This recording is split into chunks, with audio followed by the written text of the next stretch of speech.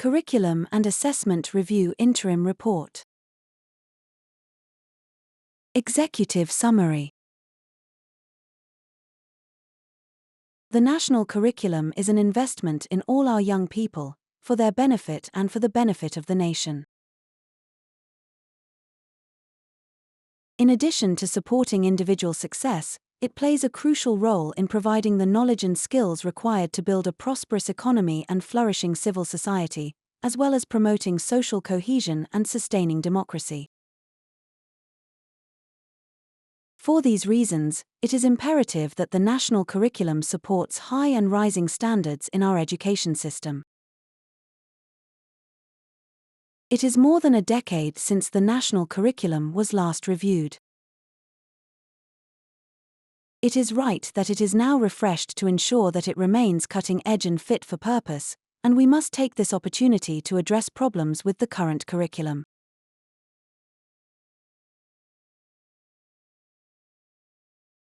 In July 2024, the government commissioned Professor Becky Francis CBE to convene and chair a panel of experts hereafter, the review panel to conduct the curriculum and assessment review hereafter, the review.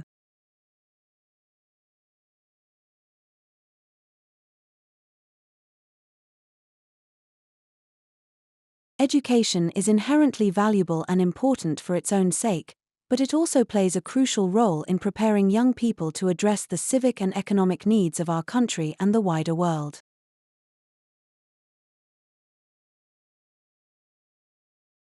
The review therefore seeks to ensure that the curriculum and assessment system in England delivers excellence for all.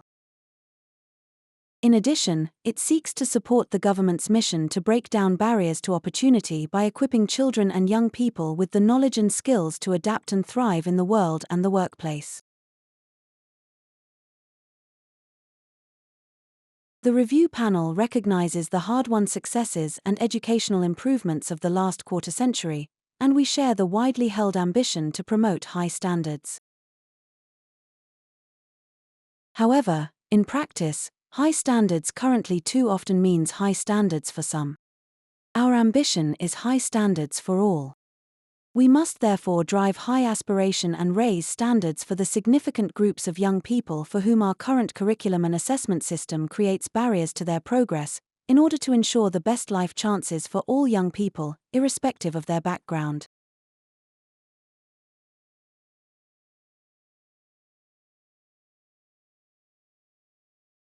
The review is informed by research evidence, data, and a wealth of perspectives from experts, stakeholders and the public, including over 7,000 responses to our call for evidence, and a range of research and polling.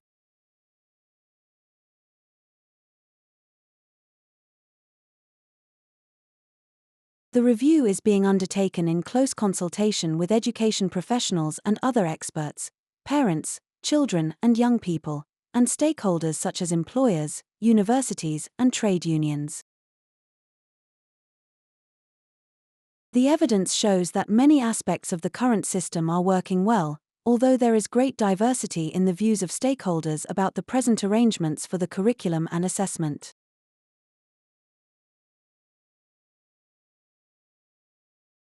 In comparison to other jurisdictions, we have a reasonably broad and balanced curriculum to age 16.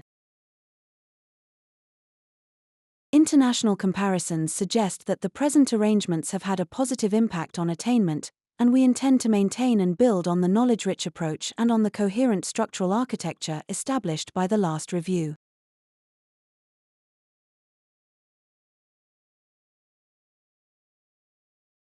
We consider that the present architecture of key stages is broadly working well, and we intend to recommend retaining it.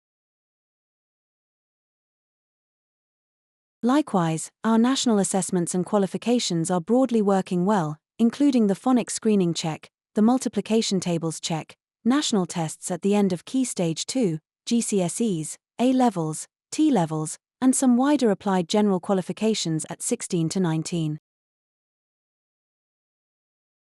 However, the review panel has identified 4 areas it will focus on in the next phase, where it sees the greatest opportunities and need for improvement. The system is not working well for all.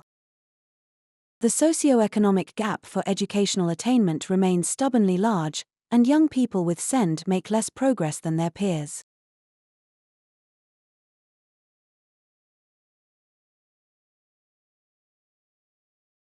While the explanations often lie outside curriculum and assessment, we shall take steps to ensure that the curriculum and assessment system reflects high expectations for all, and properly supports the progress and achievement of all young people.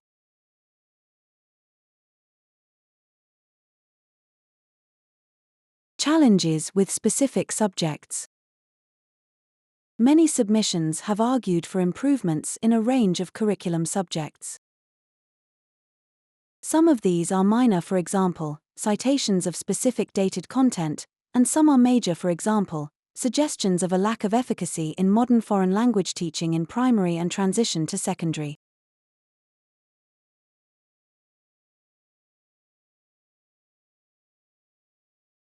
There is strong evidence that securing mastery in a subject is vital for raising standards and enabling future expertise. But we have also heard that in some subjects the current construction and balance of content appears to be inhibiting this, which may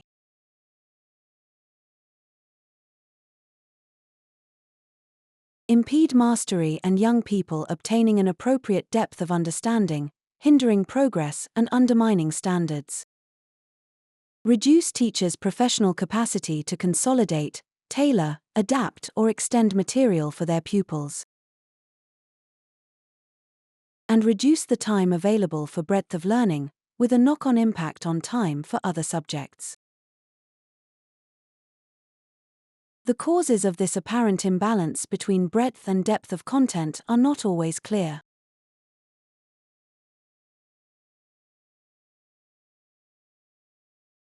The next phase of the review will consider this issue closely. We will also ensure that the curriculum and related material is inclusive so that all young people can see themselves represented in their learning, as well as seeing others' perspectives and broadening their horizons.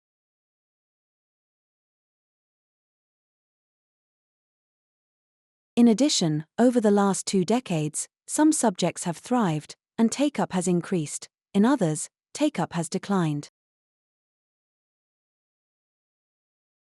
The reasons for this are complicated. Responses to the call for evidence suggest that the English Baccalaureate EBAC performance measures may unnecessarily constrain the choice of students, impacting their engagement and achievement, and limiting their access to, and the time available for, vocational and arts subjects.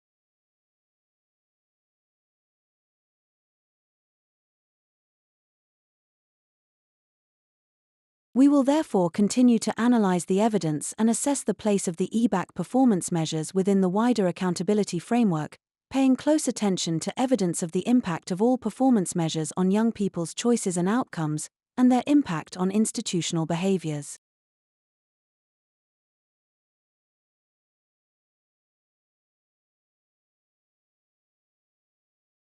The curriculum needs to respond to social and technological change.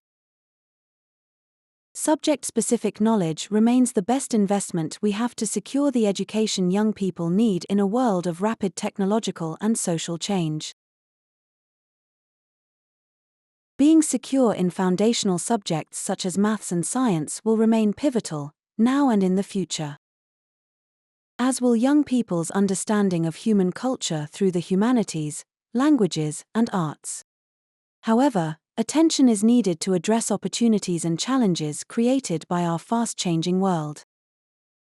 The rise of artificial intelligence (AI) and trends in digital information demand heightened media literacy and critical thinking, as well as digital skills. Likewise, global social and environmental challenges require attention to scientific and cultural knowledge and skills that can equip young people to meet the challenges of the future.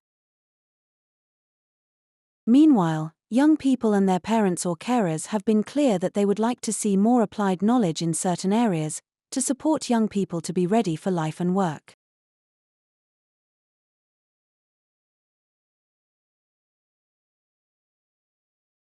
(16 to 19) Technical and vocational qualifications.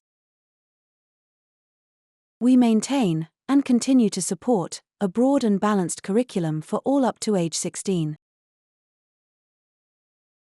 This contrasts with many other jurisdictions, where young people are sometimes put on different pathways at age 14, or even earlier.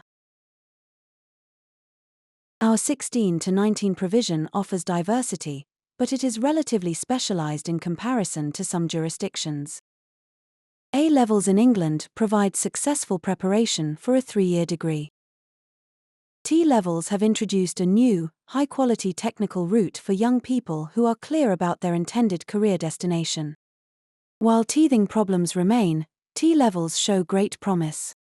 However, a significant proportion of young people require a mix of qualifications, or cannot access A-levels or T-levels, or have not yet decided on career plans. Employers, the public, and young people themselves are often unclear about what pathways might be suitable. Furthermore, for young people who did not secure strong Level 2 qualifications at school, including those who need to continue their study of maths and English, the quality of provision appears to be uneven.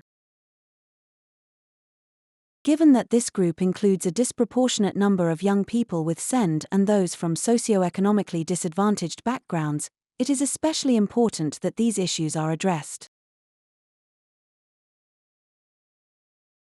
The review also wants to ensure that the assessment system captures the strengths of every young person and the breadth of the curriculum, and that it has the right balance of assessment methods, while maintaining the important role of examinations.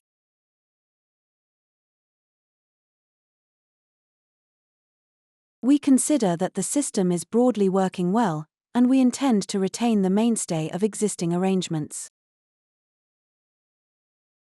However, there are opportunities for improvement. This includes the potential to improve the inclusivity of the assessment system for young people with higher levels of SEND while maintaining the rigor of the system. The evidence demonstrates many strengths with our assessment system, but our call for evidence and wider engagement has highlighted concerns with some areas, particularly the effectiveness of the Key Stage 2 statutory assessment of writing and the volume of Key Stage 4 assessments.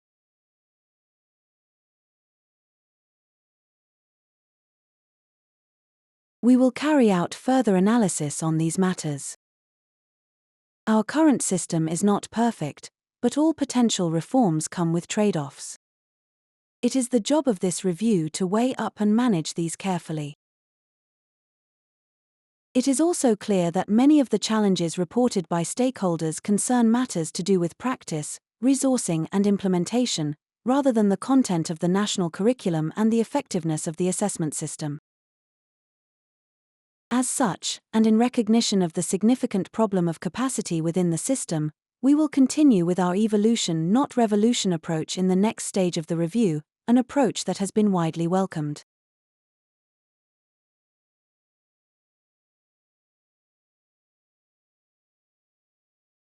This interim report explores these issues in greater depth, and the recommendations that we will make in our final report will follow the consideration of all the available options and a balanced appraisal of risk and benefit.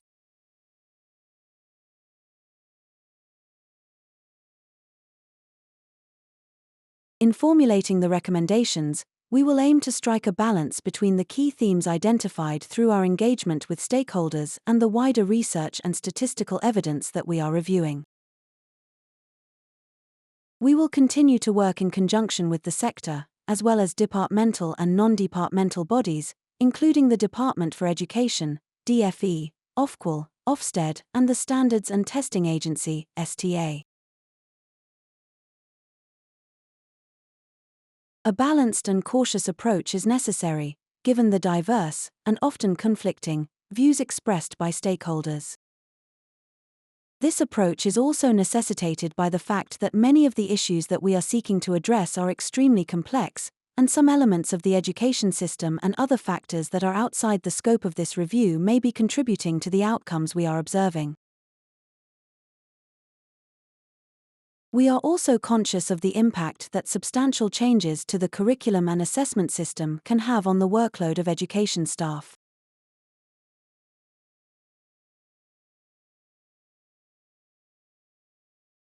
It is essential that we do not place undue burdens on education staff and that we make sure that any recommended changes are likely to lead to meaningful improvements in outcomes for learners.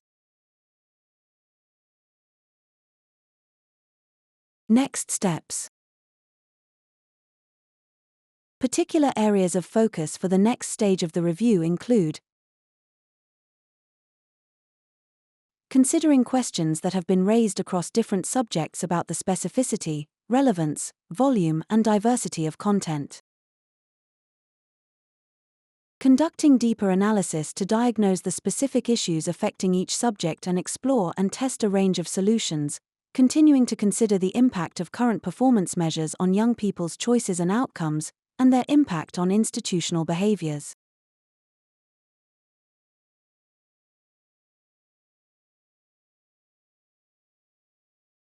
Continuing to consider how best to equip children and young people with the essential knowledge and skills which will enable them to adapt and thrive in a rapidly changing and AI-enabled world.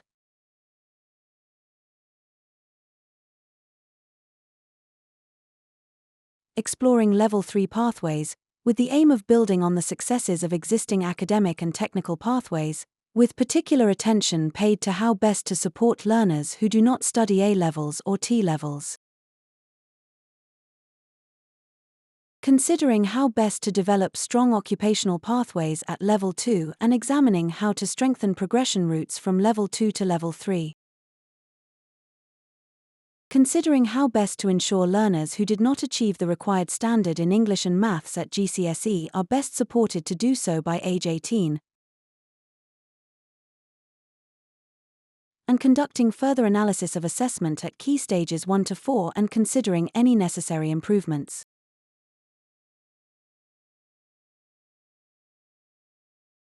We expect to recommend a phased program of work in different subjects or subject areas. This will allow reforms to be made incrementally in a way that does not destabilize the system.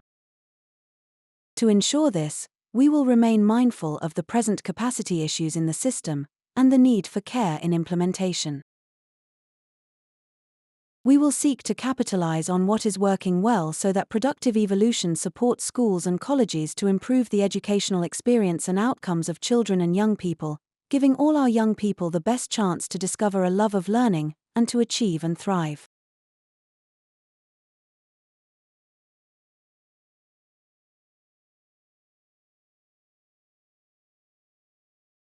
Introduction. The last review of the national curriculum was launched in 2011, more than a decade ago. In July 2024, the government commissioned Professor Becky Francis CBE to convene and chair a panel of experts to conduct this curriculum and assessment review.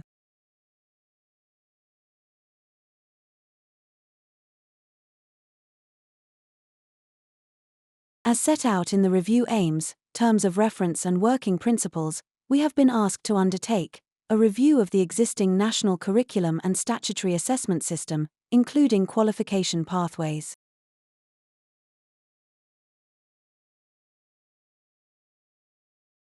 The review will seek to refresh the curriculum to ensure it is cutting-edge, fit for purpose and meeting the needs of children and young people to support their future life and work.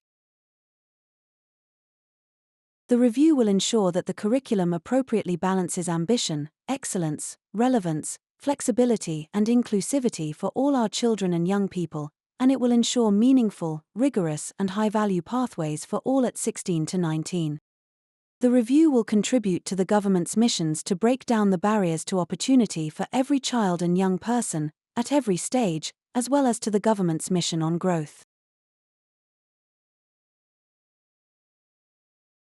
The review will develop a cutting-edge curriculum, equipping children and young people with the essential knowledge and skills which will enable them to adapt and thrive in the world and workplace of the future.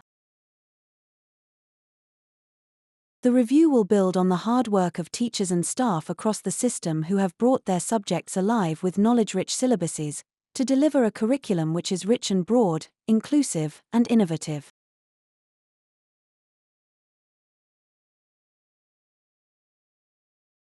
The purpose of this interim report is to present our initial findings and insights. These have been gathered through our call for evidence, the polling we have conducted, our review of the existing data and research, and our engagement with the sector, parents, and young people. Annex A sets out our methodology.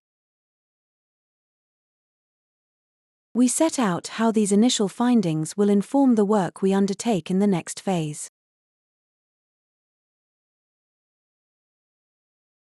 Background. The following sections provide a brief account of the present curriculum and assessment system, in order to contextualize the analysis that then follows.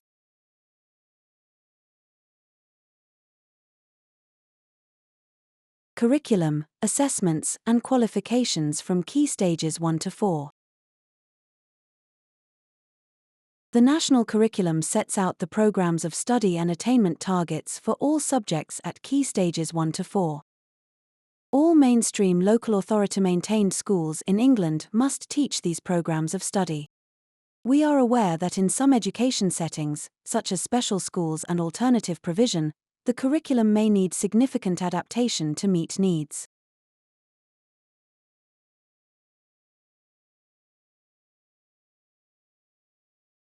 The Education Reform Act introduced the national curriculum in 1988.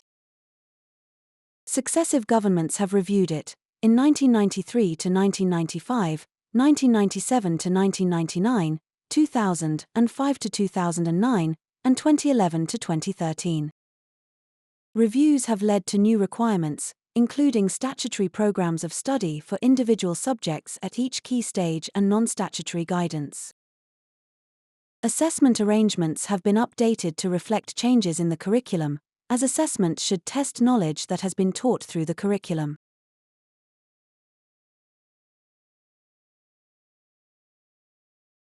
For primary, national curriculum assessments are developed and delivered by the Standards and Testing Agency, STA, an executive agency of DFE. For secondary and 16 to 19, DFE determines curriculum and qualifications. Qualifications are delivered by exam boards and awarding organizations which are independently regulated by Ofqual for standards and quality. The national curriculum was most recently reviewed between 2011 to 2013. Those reforms aimed to create a curriculum that was knowledge-rich, with an overarching goal to provide pupils with an introduction to the essential knowledge they need for successful induction into subject disciplines and to engender an appreciation of human creativity and achievement.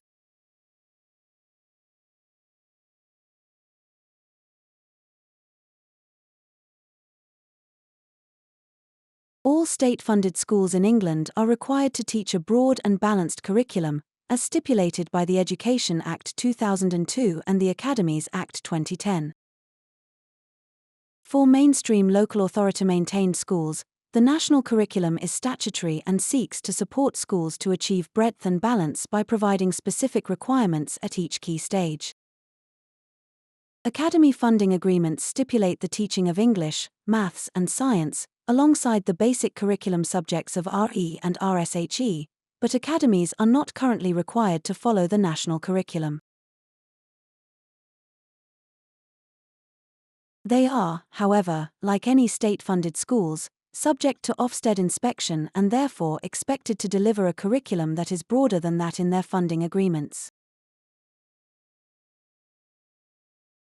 When judging the quality of education in academies, Ofsted expects to see the provision of a broad curriculum that is similar in breadth and ambition to the national curriculum.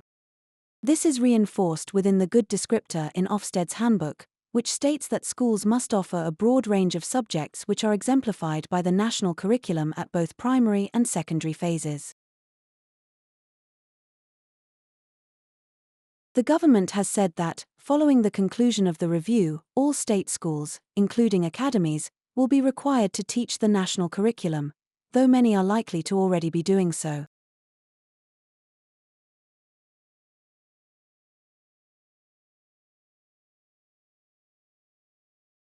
Our current system offers breadth at Key Stage 4 across academic and vocational qualifications.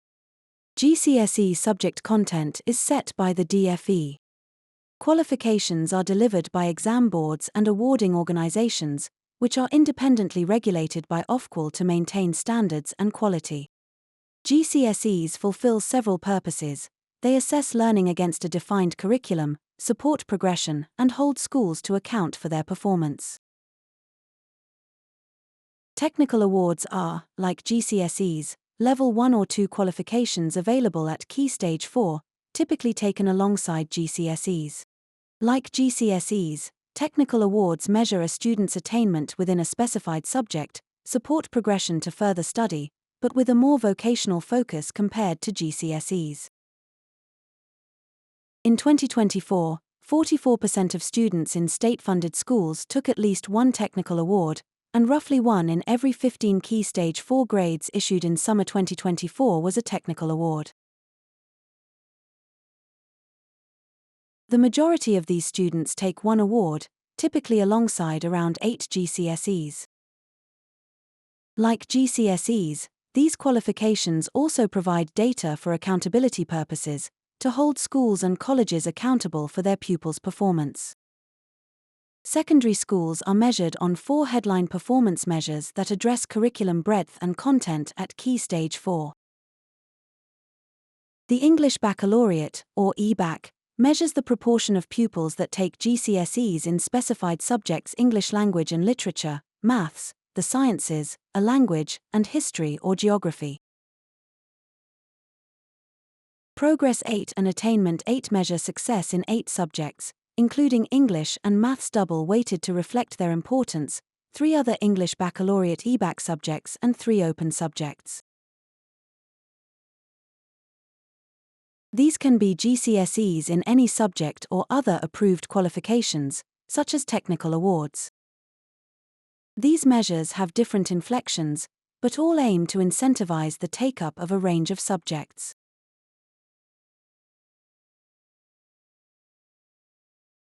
Subject take-up, Key Stage 4. Evidence shows that the majority of learners take around 9 qualifications, including GCSEs and technical awards. As discussed in detail in our analysis of curriculum subject trends over time, curriculum subject trends over time, curriculum and assessment review, there have been changes in the subjects that pupils take for examination at Key Stage 4 in recent years.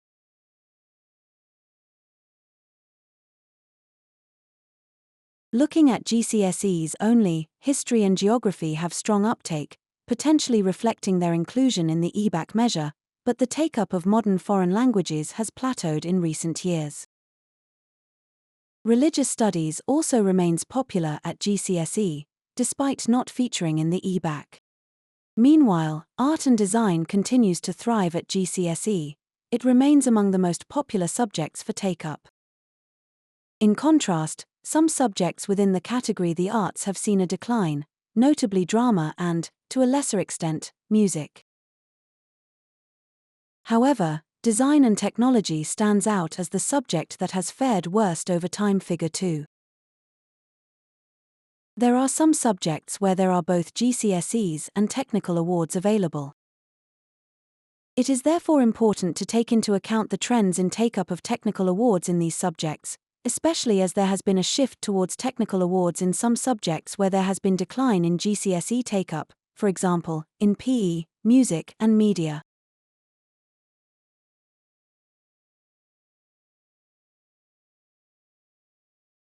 For example, while the proportion of pupils entering music GCSEs has declined from 7% in 2016 to 5% in 2024, we have seen an increase of entries into technical awards in music from 1% to 2% over the same period. There were also similar patterns in drama and media and for PE/sports, where the proportion of pupils taking technical awards had overtaken GCSEs by 2020. Therefore, take-up of art subjects qualifications may in some cases be more stable than the trends in GCSE take-up imply. 16 to 19 qualifications and programs. 16 to 19 study programs are designed to be flexible and tailored to individual needs, abilities, and career goals, with learners able to pursue various post-16 qualifications at different levels, including A-levels, Applied General Qualifications, AGQs, T-levels, Tech levels, technical certificates, and other vocational qualifications. Around two-thirds 66% of young people aged 16 to 17 are studying towards a Level 3 qualification, 15% a Level 2 qualification, and 5% a Level 1 or below qualification. Of the remaining 16 to 17-year-olds, 4% are in apprenticeships or work-based learning, 5% in employment or other training, and 5% not in education, employment, or training. A-level learners represent the largest group at Level 3, 35% of 16 to 17-year-olds, with an additional 10% combining A-levels with AGQs as a mixed program. T-level learners currently represent only a small proportion of the cohort, 2%, with a much larger share, 19% working towards other Level 3 qualifications, example, AGQs, tech levels. For learners whose highest qualification aim is at Level 2, many study towards GCSEs, either as their only Level 2 qualifications 5% of 16 to 17-year-olds, or more commonly, in combination with other types of Level 2 qualifications such as technical certificates 7%. These qualifications are supplemented by other activities which can be used to broaden the experience of the learner, including mentoring and coaching, certificates such as the Duke of Edinburgh's Award, work experience and work-related activities such as preparing CVs and practicing interview skills and techniques, and activities that offer enrichment to the student such as personal and social development.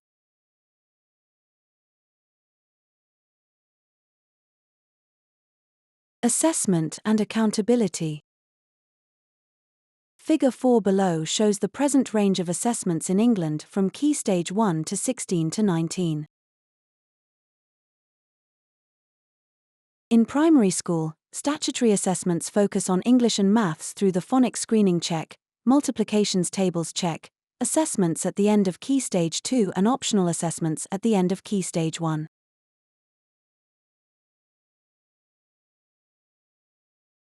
At secondary level and in 16 to 19 education, learners take high-stakes exams and assessments at the end of Key Stage 4 and in their 16 to 19 studies.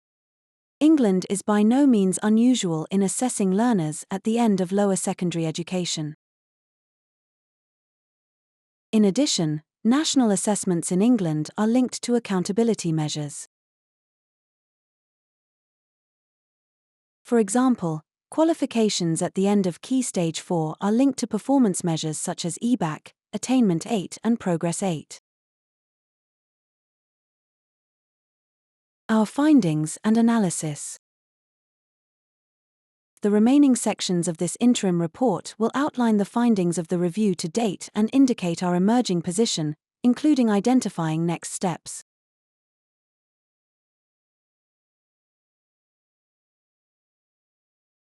The current system is not working well for everyone. High and rising standards for all rely on the excellent teaching of a curriculum that allows all young people to fully master the fundamental knowledge and disciplinary skills that education should provide. We must ensure that young people leave school having achieved qualifications that support their onward progression, and having gained the knowledge, skills, and dispositions that enable them to go on to succeed in life. We think every child is entitled to high standards, a rich curriculum that articulates what they should learn, with reliable assessments that support their learning.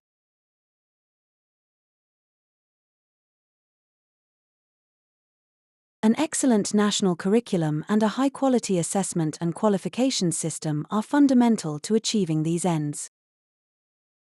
However, it is important to note that a range of other factors also contribute to high and rising standards, from structures and resources to pedagogical arrangements. These factors are outside of the scope of this review and are for the Department for Education to consider. The present national curriculum is a knowledge-rich offer, and international comparisons suggest that the present arrangements have had a positive impact on attainment.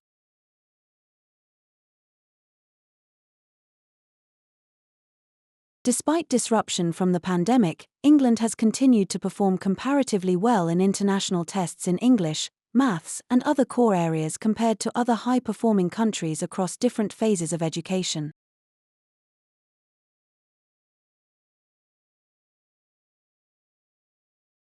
This success reflects a continued commitment to high and rising standards in state education across the last quarter of a century, as well as the enormous work of education professionals and leaders and the engagement of young people and their parents or carers. It is therefore imperative that this timely refresh of the curriculum and assessment system builds on this success.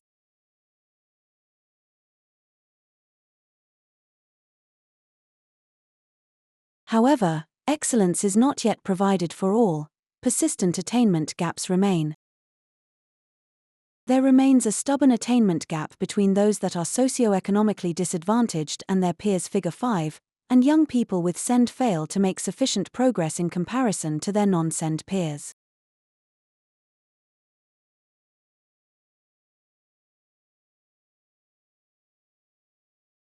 At Key Stage 2, 61% of pupils achieved the expected standards in reading, writing, and maths in 2024. This shows some progress and recovery since the pandemic. The pre-pandemic peak was 65% in 2019. However, it still means that nearly 4 in 10 children are not meeting all the standards they need to build successfully on foundational knowledge and thrive in secondary schooling. And too many young people arrive at the end of Key Stage 4 without having succeeded in securing their Level 2 qualifications, including in English and maths. From the perspectives of both social justice and economics, it is vital that we take the necessary steps to drive up standards for young people who are presently underserved by our education system.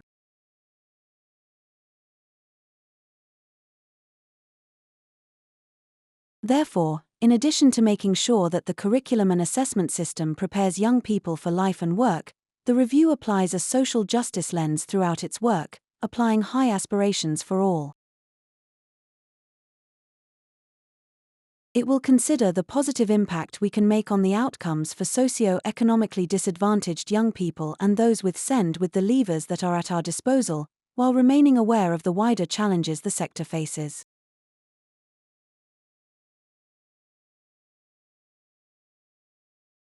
Curriculum shape and content.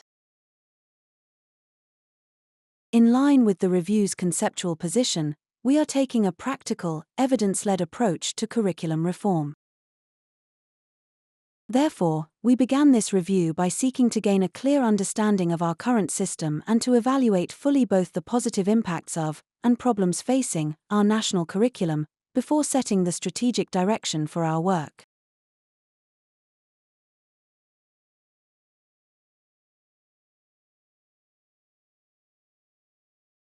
We have begun to identify several themes and trends in the evidence. These are explored in more detail throughout this report. We have started to craft a strategic direction for a refreshed national curriculum, based on that evidence. Our initial ambitions are outlined below, and we will continue to review these as we gather more evidence in the next phase. Ambitions for a refreshed national curriculum. The national curriculum and subject content should support schools to provide a rigorous and knowledge-rich education, aiming for breadth across subjects and depth within subjects. The national curriculum should remain relevant and up to date while embedding and recognizing the importance of cultural knowledge stemming from the past. The national curriculum should empower teachers to foster a love of learning by enabling learning to be situated in a range of local, national, and global contexts, to widen horizons, and to ensure that young people see meaningful representations of themselves in what they learn, as well as encountering and recognizing the perspectives of others. The national curriculum should allow schools to support the full development of their students and prepare them for their future life and work. The national curriculum should be coherently and logically sequenced and allow space for schools to support mastery of core concepts, effective transitions, and progression through each key stage of education.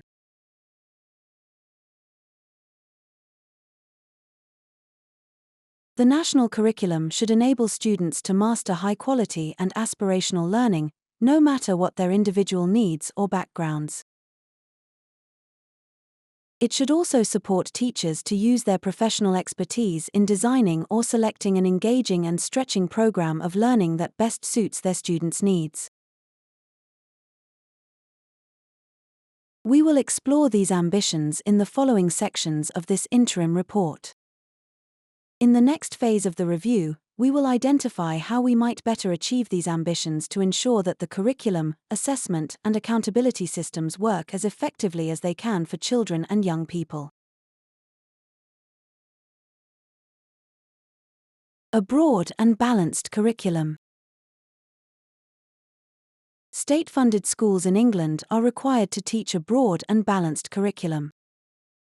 The review has considered, and will continue to examine, the many facets of this requirement for breadth and balance, which include the range of different subjects available to study, the range of content within each subject, including the skills and aptitudes specified for development,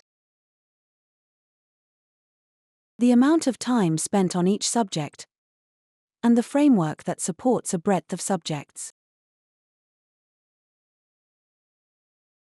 There is much to celebrate in the present approach, with the broad and balanced requirement having provided children and young people with opportunities to develop knowledge across a wide range of subjects. See Figure 1, compulsory subjects by key stage.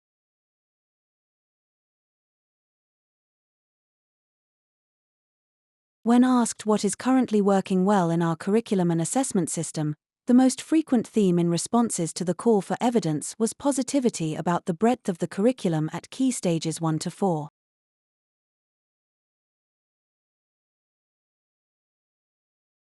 Respondents celebrated that the diversity of subjects taught supports well-rounded development and provides a range of opportunities for students to succeed. In 2022-23, 3/4 of state-funded pupils were studying more than 8 qualifications at Key Stage 4, with the most common number being 9. Our polling also suggests that 3/4 of Key Stage 4 pupils were able to study all the subjects they wanted to. Whilst outside the scope of this review, it should be noted that breadth may also be provided by enrichment activities beyond the curriculum, such as through musical and dramatic performances and sports. We remain committed to the principle of a broad and balanced curriculum and recognize that the current shape of the curriculum at key stages 1 to 4 provides students with good exposure to a wide range of subjects.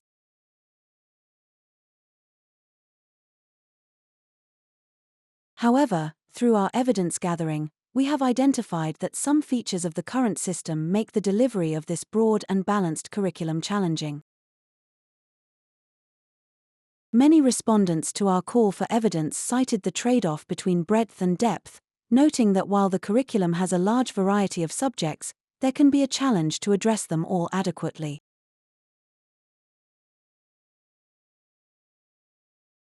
Moreover, advocates for the arts and some other subjects maintain that some subjects have been squeezed, either in relation to curriculum time, take-up by students, or both.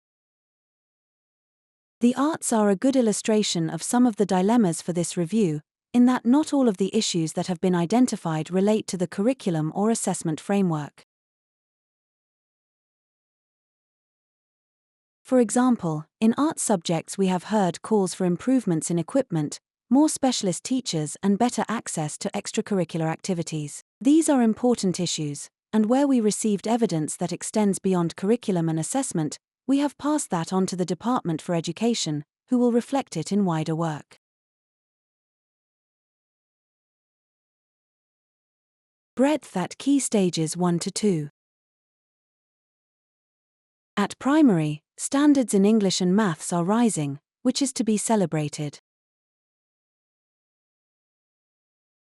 The COVID-19 period saw declines in these measures, but we have seen recovery towards pre-COVID highs in the last few years.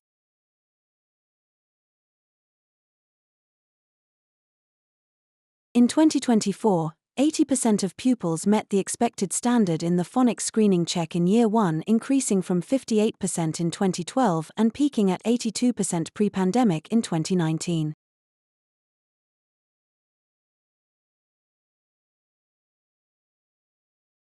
At Key Stage 2, 61% of pupils achieved the expected standards in reading, writing, and maths in 2024, having peaked at 65% pre-pandemic in 2019, but improving year-on-year from 59% in 2022. Respondents to the call for evidence generally noted that the mastery approach is helping students understand core concepts, and there was praise for the role of phonics in teaching literacy.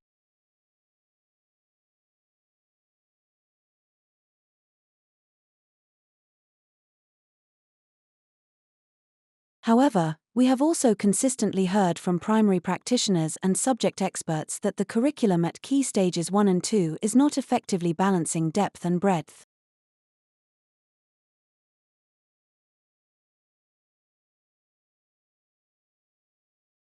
This is reported to lead to a struggle to cover all content with sufficient depth and negatively affects pupils' ability to master foundational concepts.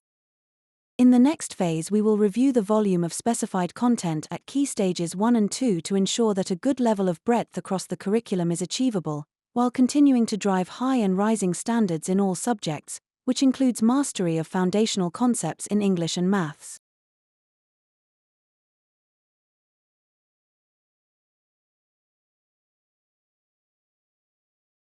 Breadth at Key Stage 3. The curriculum is at its broadest in terms of the number of subjects studied at Key Stage 3. Yet evidence shows that breadth is often being compromised at this stage. Due to the volume of content to be covered at Key Stage 4, many schools begin preparing pupils for GCSE in Year 9, ordinarily the final year of Key Stage 3, which narrows the curriculum offer and may curtail learning in curriculum subjects not selected for further study.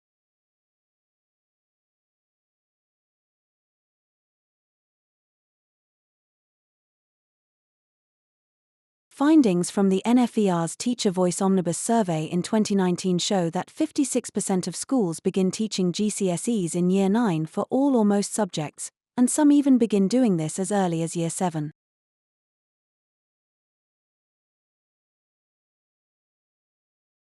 We have also heard through the call for evidence that transitions are not always well aligned between key stages, particularly between Key Stage 2 and Key Stage 3, and that there is repetition in the Key Stage 3 curriculum, which can cause learners to become disengaged, and may contribute to slower progress and less sense of purpose in Key Stage 3.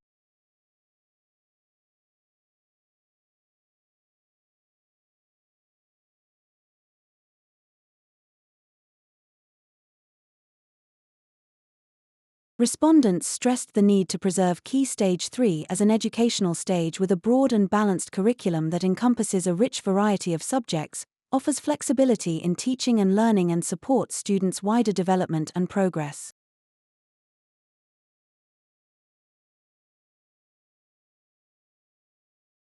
We want to ensure that students can benefit from breadth at Key Stage 3, and that learning is well sequenced as they progress through the stages of education.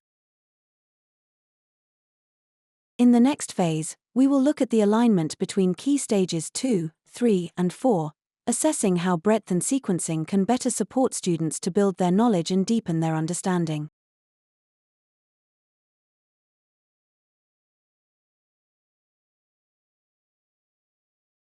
Breadth at Key Stage 4. Key Stage 4 is characterized by the selection of qualifications, by students, or on their behalf, and the study of these qualifications comprises the mainstay of the student's curriculum.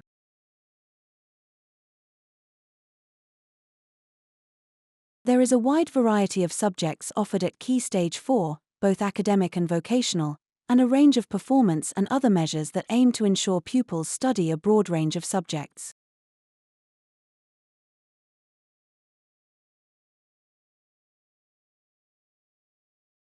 This has helped to ensure young people complete Key Stage 4 with a breadth of knowledge and the requisite qualifications to facilitate their choice of meaningful educational pathways at 16 to 19.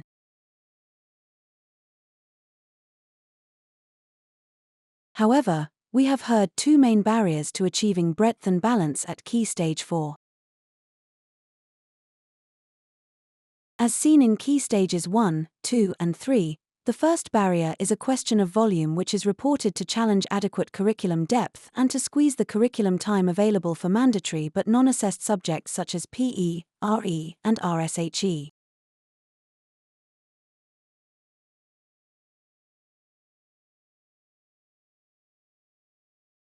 The second challenge frequently noted relates to the EBAC performance measures. The EBAC was introduced in 2010. It refers to a certain combination of subjects, and there are related performance measures reporting the percentage of students entering and achieving the EBAC GCSE subject combination.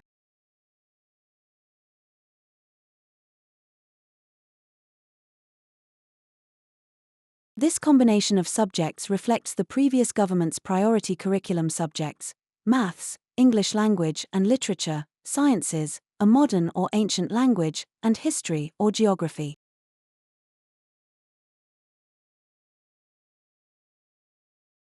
Its purpose is to ensure students pursue a broad range of academic subjects until age 16.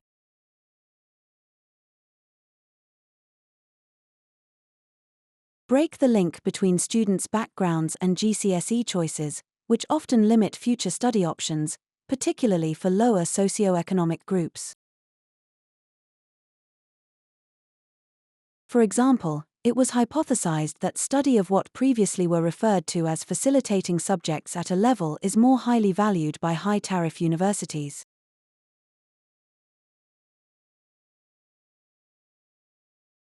And reverse the declining entries in history, geography, and modern foreign languages, MFL at GCSE level seen at the time, see Figure 6 overleaf.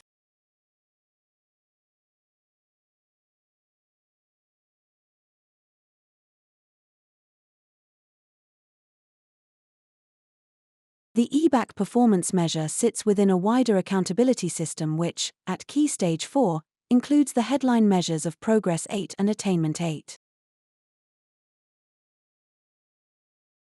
Progress 8 aims to capture the progress that pupils make from the end of primary school to the end of Key Stage 4.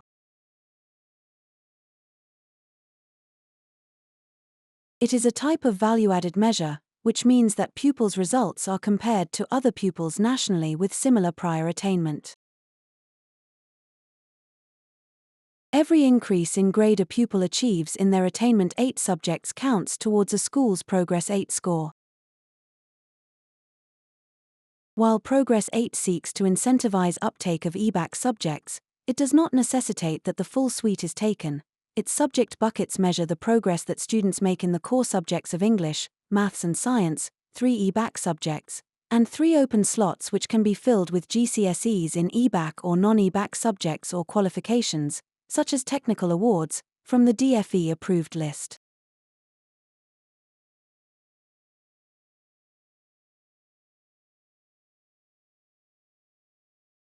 The previous government set an ambition for 75% of students to be studying the EBAC by 2022 for 2024 examinations and 90% by 2025.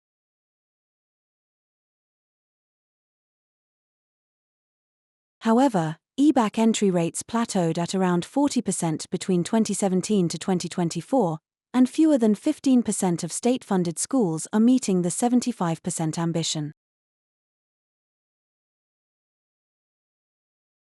Before the introduction of EBAC performance measures, take-up of MFL and geography was declining, and history uptake sat at just over 30% of pupils.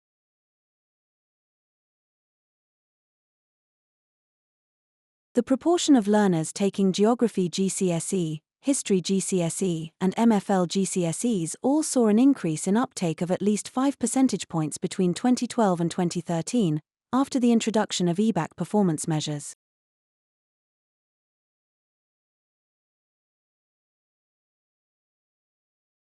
This fell between 2014 and 2018, before remaining stable from 2018 onwards, with 44% of learners taking a MFL GCSE in 2024 Figure 6.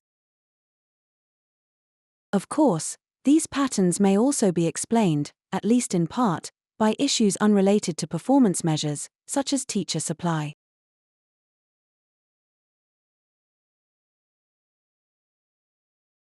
It is worth noting that increases in the uptake of EBAC subjects have also not consistently translated into increased study at 16 to 19. While History and Geography GCSE percentage uptake rose by over 10 percentage points between 2010 and 2024, History and Geography A-level entries as a proportion of all A-level entries remain relatively consistent since 2010. In addition, Language A-level entries as a percentage of all A-level entries fell from 3.8% to 2.7% between 2010 and 2024, despite the modest rise at GCSE.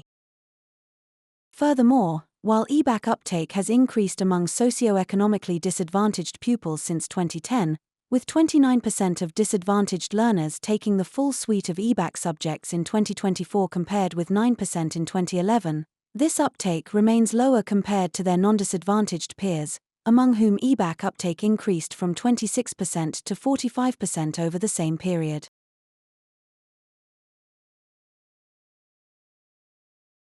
There is also a growing socioeconomic gap in attainment of the EBAC for those young people that take this suite of subjects.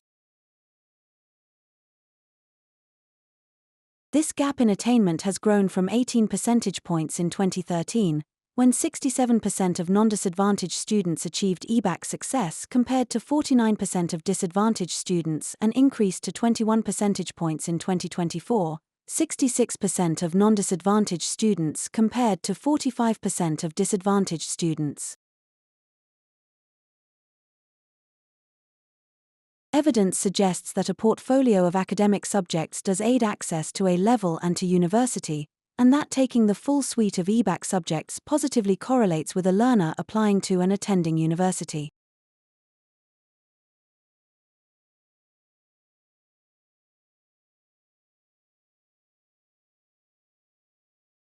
However, there is little evidence to suggest that the EBAC combination per se has driven better attendance to Russell Group universities.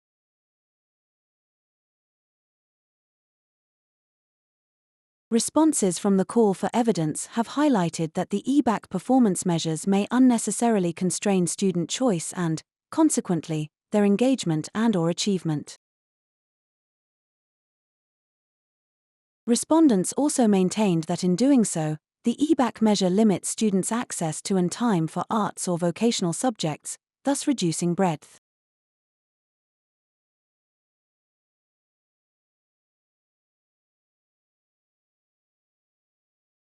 Given the structure of the EBAC, to be eligible for the performance measure, a student taking the national average of 9 subjects at Key Stage 4 would necessarily have 7 subjects already pre-selected with a choice between history or geography, or 8 subjects if taking triple science.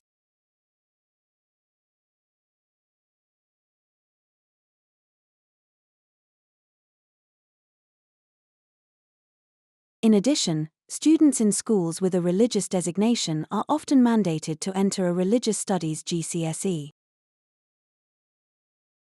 All this limits the uptake of triple science, computing, and arts subjects, and we have heard strong concerns from schools, and from organizations representing the arts and other non-EBAC subjects, on this constraining effect of the EBAC.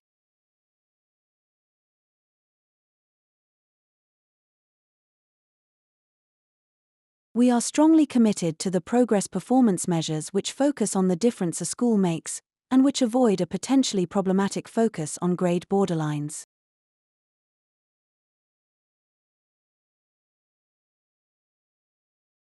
Progress 8 achieves a simultaneous beneficial focus on pupil progress and curriculum breadth. It is right that we review the impact of performance measures on curriculum breadth, depth, and choice for all pupil groups.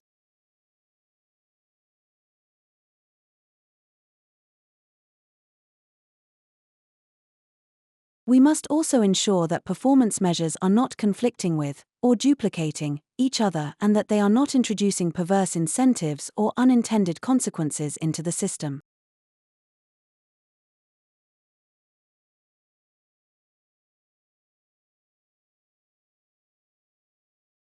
We will continue to assess the place of the EBAC performance measures within the wider accountability framework, paying close attention to the evidence of the impact of performance measures on young people's choices and outcomes, and their impact on institutional behaviors.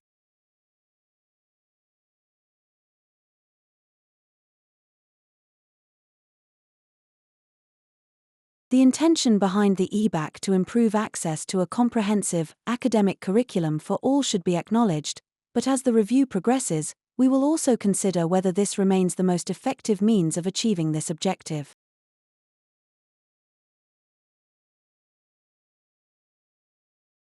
A curriculum fit for the future. As set out above, the current national curriculum has raised standards for many students.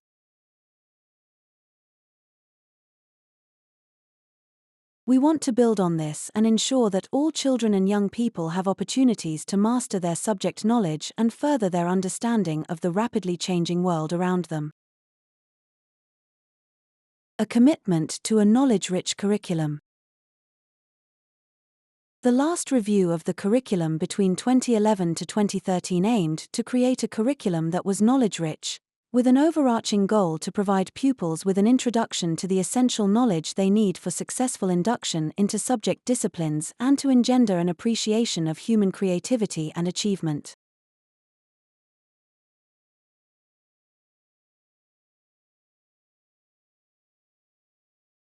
This approach drew on a body of evidence that supports the necessity of the curriculum providing all with rich and broad content knowledge.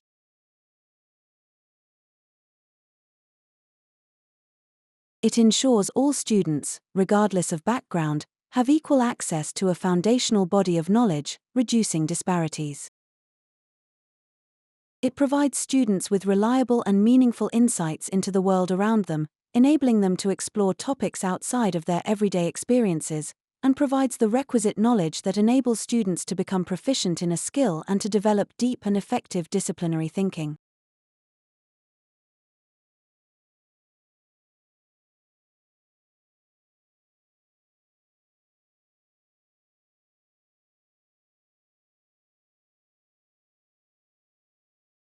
The responses to the call for evidence often demonstrate a continued support for a high-quality, knowledge-rich curriculum that drives excellence in education across a broad range of subjects and pathways.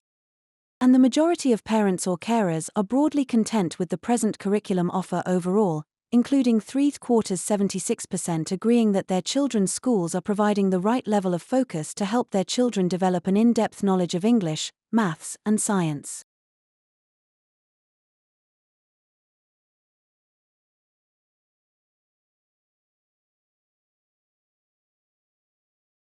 Addressing global and social change.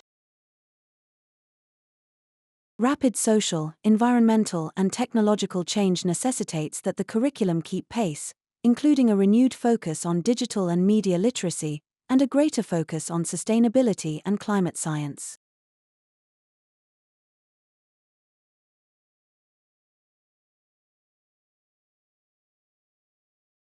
Moreover, a repeated concern in responses to the call for evidence has been that curriculum content in several subject areas should be brought up to date where it has become redundant or less relevant.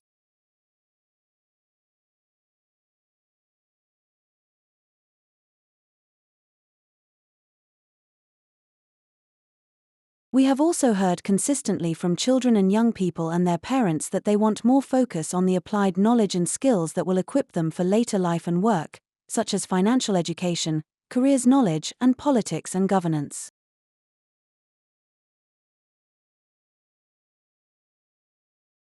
For example, our polling shows that 34% of Key Stage 4 learners and 43% of their parents would have liked more focus on finance and budgeting, and 32% of Key Stage 4 learners and 36% of their parents would have liked more time on employment and interview skills. Figure 7. The National Parent Survey data further confirms these trends. Nearly half of parents think that too little time is spent on skills related to financial management, 48%. And around a third would like more attention to life skills, 32%, and preparation for the job market, 32%. Many schools already teach such areas of knowledge within curriculum subjects. For example, digital skills, media literacy, online relationships, and safe and respectful use of technology are covered within the computing and RSHE curriculums, and there is alignment between both programs of study. However, society is rapidly changing and bringing new opportunities and challenges, including those presented by AI, and those relating to global political developments and climate change. These will require particular knowledge and skills to address, and to ensure that our young people can harness future opportunities and fend off threats to our democracy and cohesion. Our ongoing work in this area will consider whether there is sufficient coverage of these and other areas of knowledge and skills within subjects, and how content can remain relevant and support young people to thrive in a fast-changing world.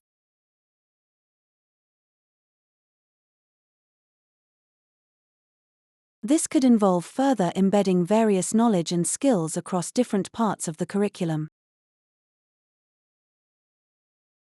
For example, we must ensure that young people are equipped to shape an increasingly AI-powered world.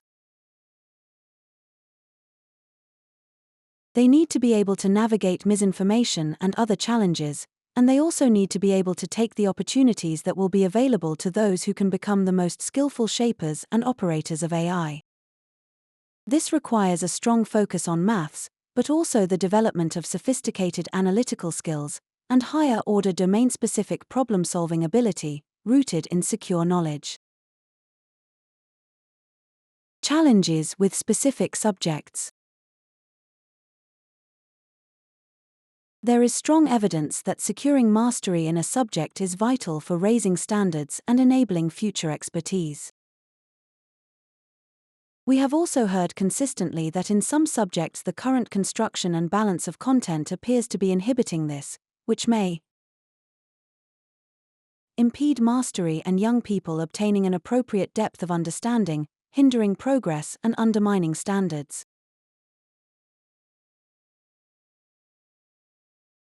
Reduce teachers' professional capacity to consolidate, tailor, adapt or extend material for their pupils. And reduce the time available for breadth of learning, with a knock-on impact on time for other subjects. A restriction of opportunities for mastery. The process of ensuring students understand a particular foundational concept before moving to the next one has implications for progress. Students need to be secure in core concepts and knowledge before moving forward to avoid gaps forming and growing which are then hard to remedy. Moreover, mastery approaches are important from a social justice viewpoint as they have been shown to narrow the disadvantage gap when targeted support is given to students with gaps in understanding, as well as because they incorporate high expectations that all students can successfully be supported to reach mastery of high-level content with the right support.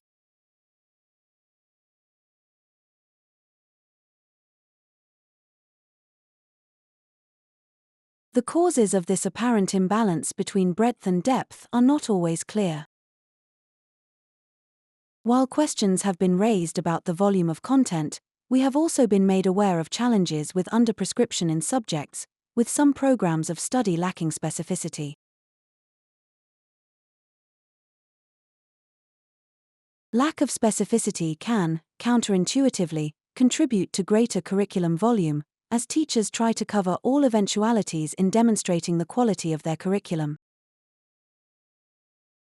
Or repeat material due to a lack of clarity about what has previously been covered.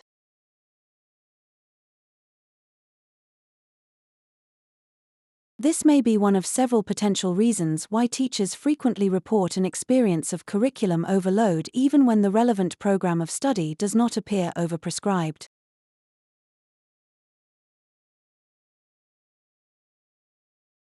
The next phase of the review will consider these issues closely. Many submissions have argued for improvements in a range of curriculum subjects. Some of these are minor, for example, citations of specific dated content, and some are major, for example, suggestions of a lack of efficacy in modern foreign language teaching in primary and transition to secondary. In the next stage of the review, we will conduct closer analysis to diagnose each subject's specific problems and explore and test a range of solutions.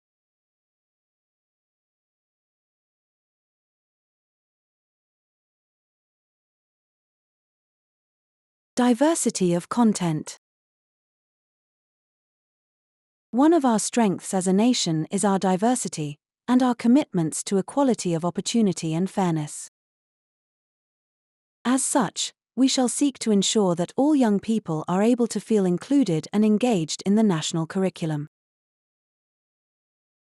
As set out in our terms of reference, the review will seek to deliver a curriculum that reflects the issues and diversities of our society, ensuring all children and young people are represented, and also exposed to a wide range of perspectives that serve to broaden their horizons.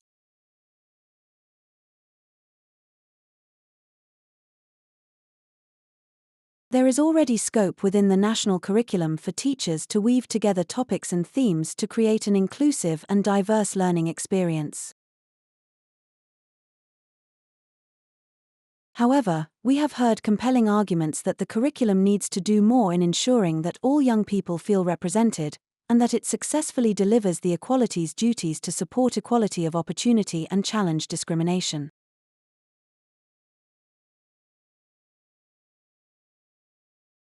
Some of this has come from pupils themselves in our roundtables with young people. Pupils told us that not being able to see themselves in the content they learn, or encountering negative portrayals, can be disempowering and demotivating, a point supported by wider evidence. Ensuring that a diverse range of perspectives, experiences, and representation are contained in set texts has also been seen to support student engagement and positive outcomes, alongside empathy and understanding of others. As well as making sure that children and young people can see themselves represented in the curriculum, it will be important that we also make sure they encounter the unfamiliar, and have their horizons stretched and broadened.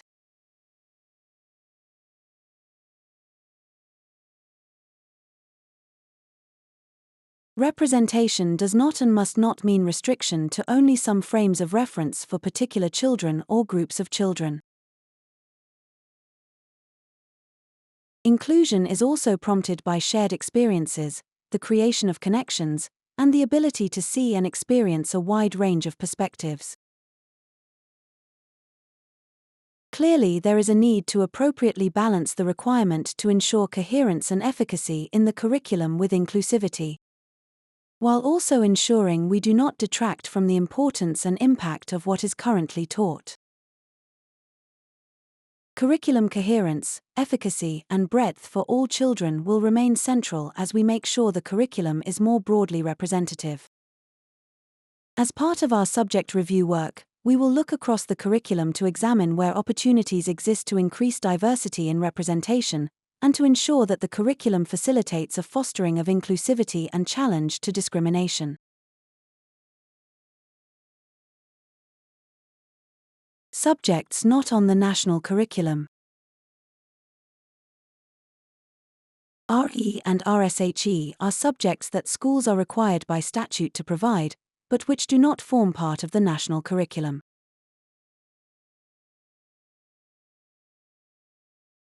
Despite the fact that RE is compulsory for all pupils up to the age of 18 unless they are withdrawn, evidence suggests that a lack of national agreed content standards has led to national disparities in the quality of provision.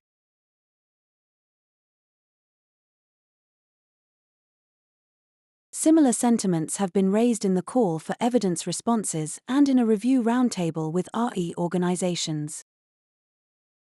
In contrast, the DFE provides statutory guidance for RSHE. It is currently reviewing the existing guidance in parallel with this review, and we will ensure that any implications of its findings are considered as we move into the next phase of work.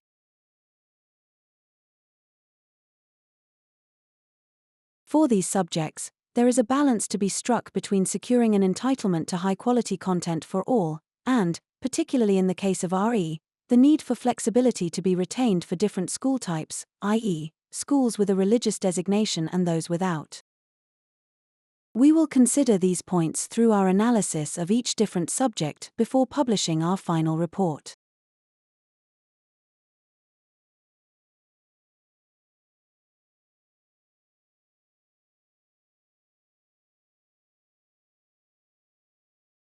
(16 to 19) Pathways and qualifications.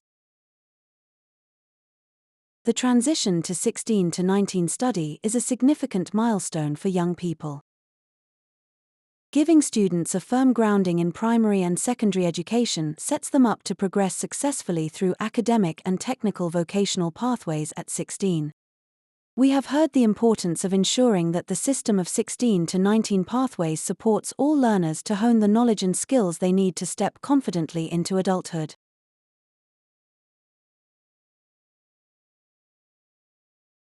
This includes both qualifications as well as skills such as finance and budgeting, employment and interview skills, to support learners to develop into well-rounded individuals and to be ready for higher learning or work. However, while we know that elements of the system are working well, we heard strongly that the current system is not working well for everyone. The evidence shows that too many young people are not gaining the right knowledge and skills as they progress through the system, and by the time they leave formal education are not prepared to thrive in life and work.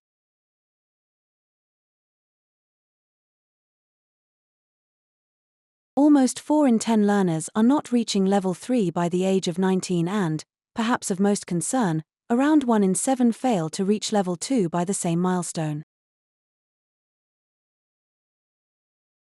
Recent estimates suggest that over half, 52% of employers do not agree that young people are well prepared to move from education to work. All of this has implications for learners' life chances and for the economy. Respondents to the call for evidence advocated that all pathways are designed with a clear line of sight to further study and/or fulfilling employment. However, we heard concerns clearly expressed about the technical and vocational parts of the system. These pathways serve over 40% of young people, and yet, the high number of differently branded and graded qualifications means that learners and employers are unclear about the purpose and value of some study programs. This can lead to churn in the system, with learners switching between courses, and, as a result, poor outcomes for them and for the economy. Employers struggle to identify and appraise accurately the knowledge and skills with which young people are leaving education. We should build on what is working well. The A-level route is seen as strong, well-respected and widely recognized, and facilitates progression to higher education as appropriate.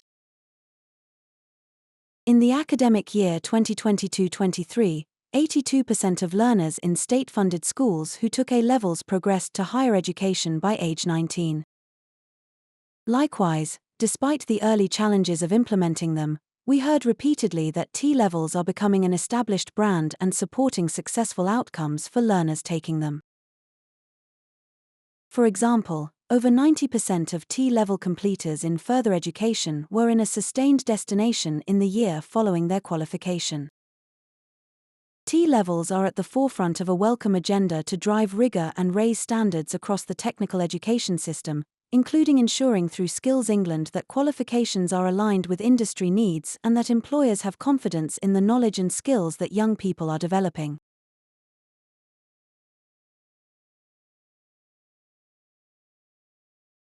We need to build on these principles of high standards and clear destinations, ensuring all study programs are high quality and accommodate the individual needs of learners. This will include, for example, continuing to require the study of English, maths, or both for those who do not secure a grade 4 at GCSE, while taking important steps to improve learners' experience and outcomes. In the next phase of the review, we will build on the extensive work on 16 to 19 pathways that has already been undertaken and look at how we can achieve the aim of a simpler, clearer offer which provides strong academic and technical vocational pathways for all.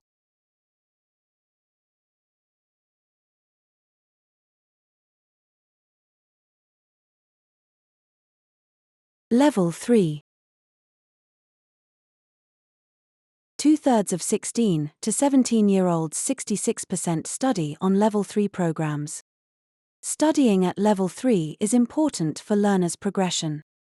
Learners who study qualifications at Level 3 are, on average, more likely to have a sustained education or employment destination than those studying at Level 2 or below.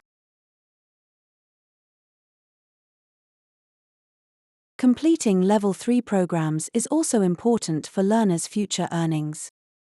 Evidence suggests that the completion of Level 3 qualifications provides a significant wage premium, even after controlling for other observable factors which affect earnings. We should continue to be aspirational in what we expect from our learners. This includes ensuring that as many learners as possible progress from GCSEs to study at Level 3. Given the importance of Level 3 study, the review is committed to examining pathways at Level 3 to ensure sufficient high-quality provision to further study and/or employment.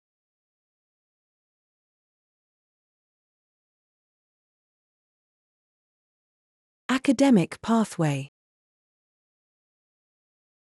Academic provision at Level 3 is the most common pathway for 16 to 19 learners, with 35% of all 16 to 17-year-old learners studying exclusively for A levels.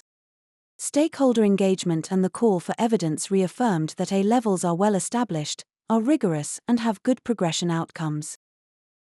Respondents noted the importance of A-level subjects continuing to provide enough depth of knowledge to enable progression at undergraduate level. Learners typically study 3 A-levels, at 360 guided learning hours GLH each. In 2024, about 2/3 67% of 18-year-olds studying A-levels took 3 A-levels, while 5% took 4 and 0.1% took 5 or more A-levels. Alongside A-levels, newly reformed and titled Alternative Academic Qualifications AAQs have been introduced, with small AAQs available in strategically important subjects. They are designed for learners who want to progress through applied study, and learners can choose to combine them with A-levels, or technical qualifications, to make up a full study program.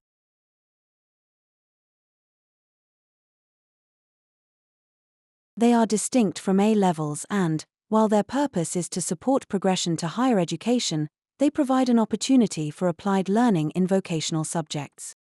Further work is needed to consider the implications of introducing these qualifications, the different combinations of qualifications that can be studied together, and the outcomes they support for learners.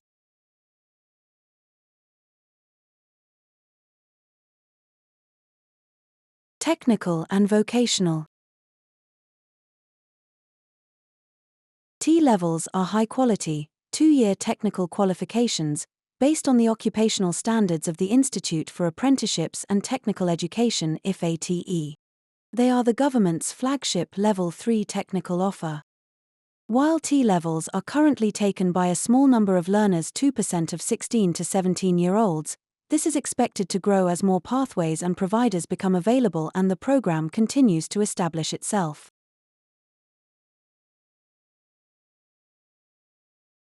The purpose of T-levels is to prepare learners for skilled employment across a range of industries. We heard evidence from employers that they value the level of engagement they have had in co-creating and delivering T-levels.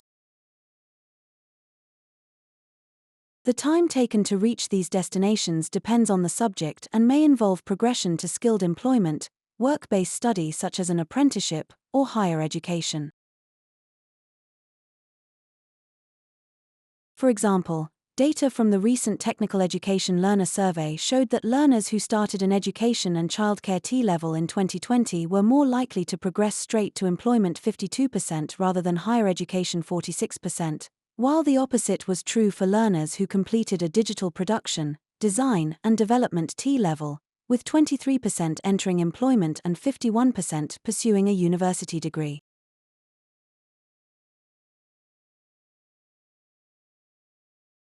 The review considers T-levels to be the gold standard technical qualification, and we want to ensure that the quality of their design and delivery is supported. Throughout the engagement process, we were encouraged to hear substantial positive feedback on the potential of T-levels, and we are supportive of the opportunities they provide for learners. However, given T-levels embody this standard, they will not be appropriate for all learners. Even with changes, it is clear that they are not suitable as the only technical vocational pathway.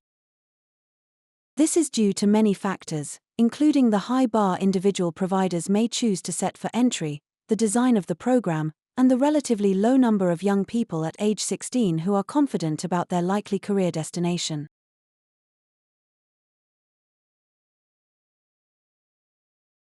We will therefore consider carefully what Level 3 qualifications may need to exist alongside T-levels to ensure a simpler, high-quality offer that serves the needs of all learners. From the call for evidence, it is clear that challenges with providing T-levels remain. We support the DFE's continuing work to improve accessibility for learners and delivery for providers and employers without compromising quality. We were concerned to hear evidence of high numbers of dropouts compared with other technical vocational routes, and, while figures are improving, we want to support the DFE to continue to make further improvements address these challenges.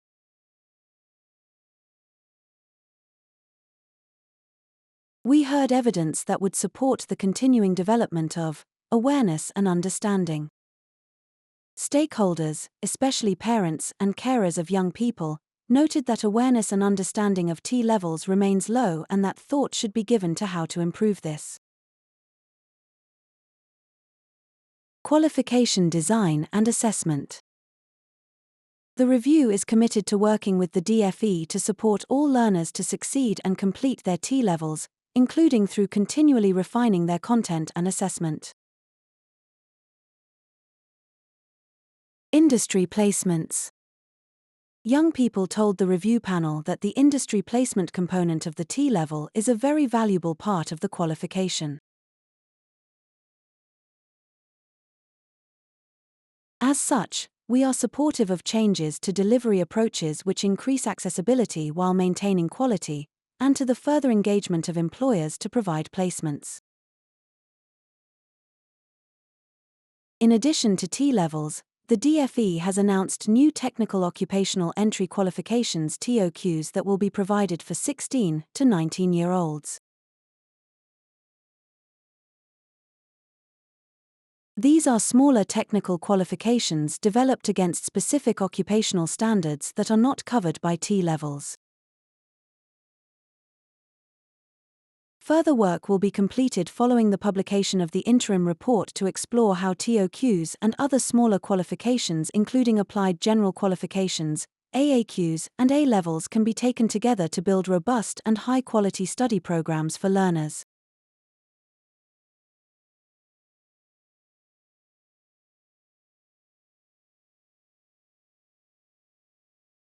Further work will be completed following the publication of the interim report to explore what qualifications should sit alongside A-levels and T-levels at Level 3 to provide learners with an effective, comprehensive offer that is simple to understand.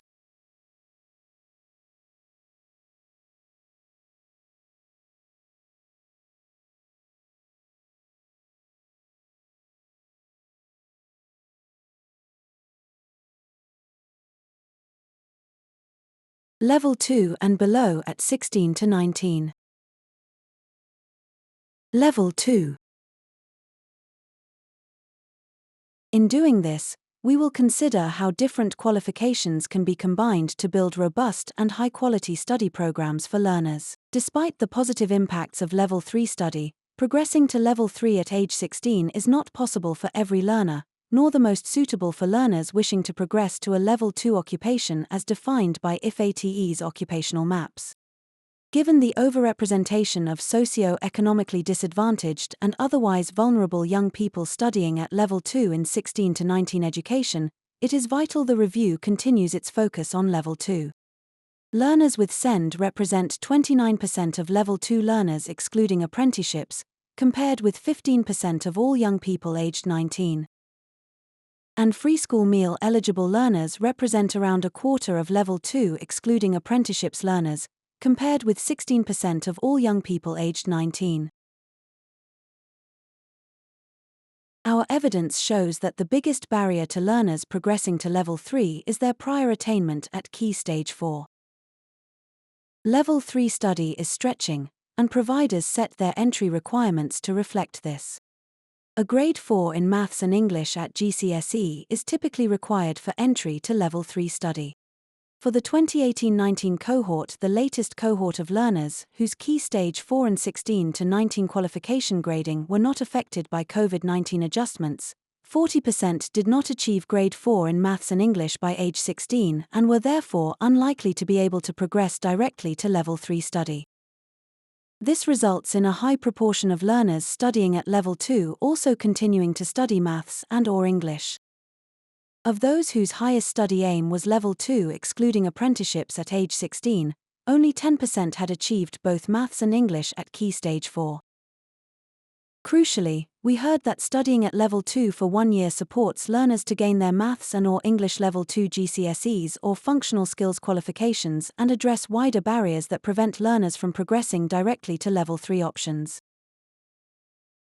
Over 40% of 16 to 19 Level 2 learners progress to Level 3 the following year after a Level 2 course, so it is important that there are strong progression opportunities to support these learners to move into Level 3 study. It is also important to ensure high-quality Level 2 offers for learners looking to move into a Level 2 occupation. Of the 2.5 million jobs in critical demand, more than 1 million are those requiring qualifications that broadly map to around Level 2 which require work-related training on top of standard compulsory education.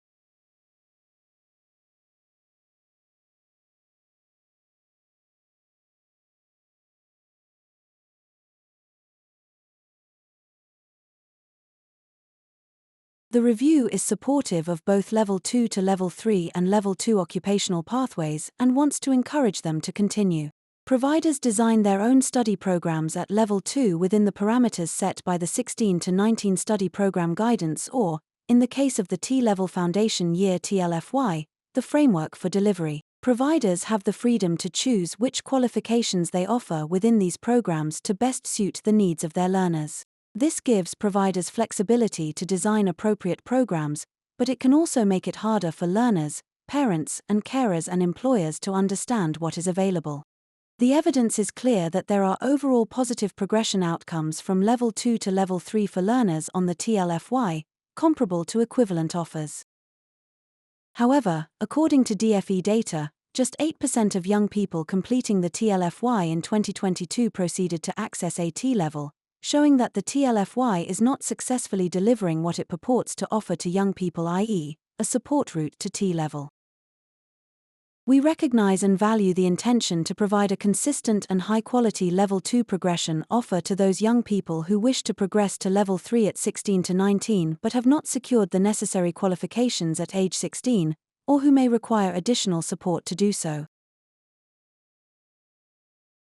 We want to build on good practice and consider how we can ensure learners get the best out of the TLFY.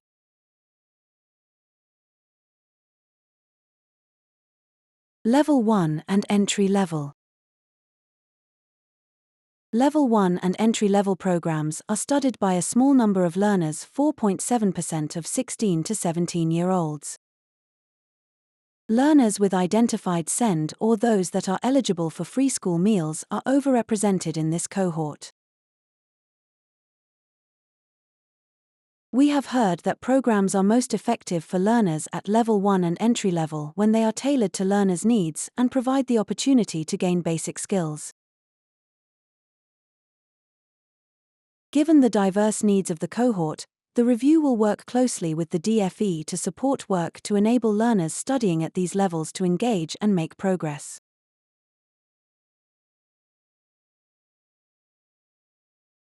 Maths and English GCSE resits at 16 to 19. The evidence is clear that achieving Grade 4 in GCSE Maths and English has a significant positive impact on adult lives. Increased levels of numeracy and literacy have been shown to have strong positive associations with earnings, employment, health, life satisfaction, and civic engagement. Employers will often set this as an entry requirement, and providers often require a Grade 4 in Maths and English for progression to Level 3 qualifications. However, in 2018-19 the latest cohort of learners whose Key Stage 4 and 16 to 19 qualification grading were not affected by COVID-19 adjustments, 40% of young people did not achieve Level 2 or Grade 4 or above at GCSE in English and Maths by age 16. To support this cohort of learners, in 2014 the DFE introduced the Maths and English Condition of Funding policy.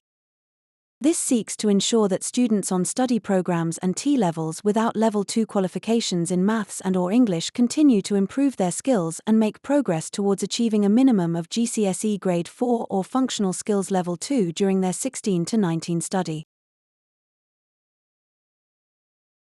The review panel has heard strong evidence that a minimum of a Grade 4 in English and Maths should continue to be the ambition for as many learners as possible. However, there is also clear evidence that the condition of funding policy is not yet fully delivering its intended purpose. Since the academic year 2014-15, when the condition of funding policy was introduced, around 537,000 learners who failed to achieve Level 2 in English and Maths at 16 went on to achieve this by age 19. This is positive for these learners, but there are many more learners who do not achieve their Level 2 English and Maths by 19. Of the 2018-19 cohort who continued to study under the condition of funding policy, of those that did not achieve Level 2 in English and Maths by age 16, fewer than 1 in 3, 29%, went on to achieve this by age 19. For just English, a third 34% went on to achieve Level 2 by age 19.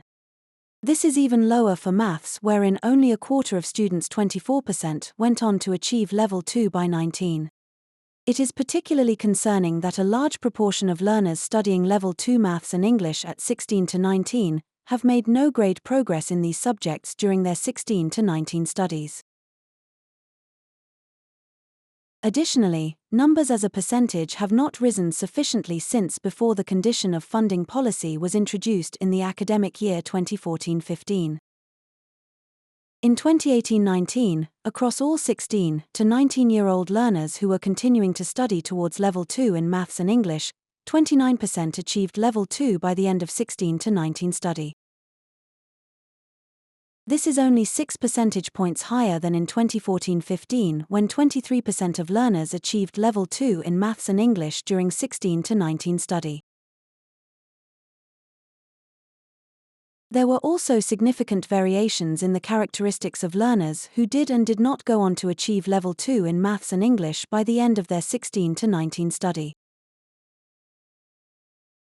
In 2018-19, among 16 to 19-year-old learners who did not achieve Grade 4 in Maths, English, or both at GCSE, 20% of learners from disadvantaged backgrounds went on to achieve Level 2 by age 19, compared with 35% of learners who were not from disadvantaged backgrounds. 15% of learners with SEND went on to achieve Level 2 by age 19, compared with 34% of learners with no identified SEND. Learners with lower grades at GCSE were less likely to achieve Level 2 by the end of 16 to 19 study. For example, while 44% of learners who achieved Grade 3 in Maths at GCSE went on to achieve Level 2 by age 19. This drops to 13% for those who achieved Grade 2, 5% for those who achieved Grade 1, and 3% of those who achieved Grade U at GCSE.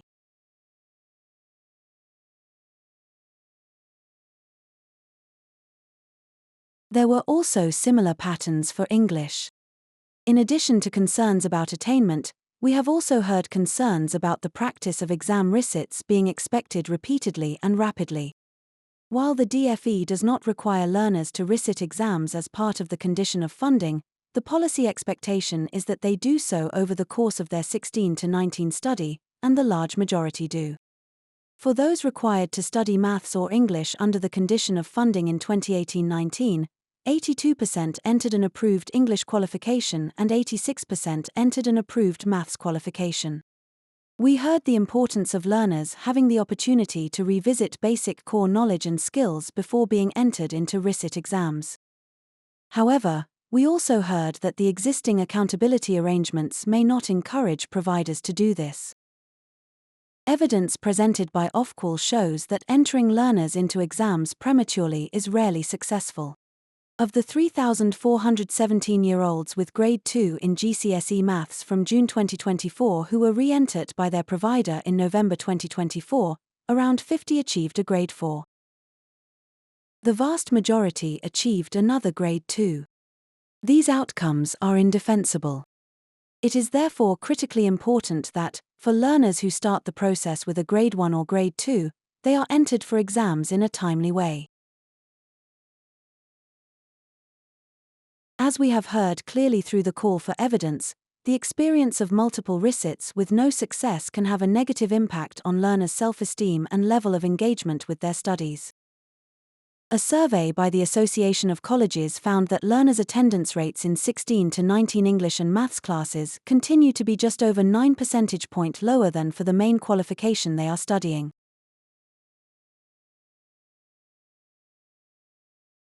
The review must remain cognizant of the fact that, while there are benefits of improving English and Maths, current arrangements, in which learners have less time to devote to their other studies, may contribute to their disengagement and the higher rates of absence in this group.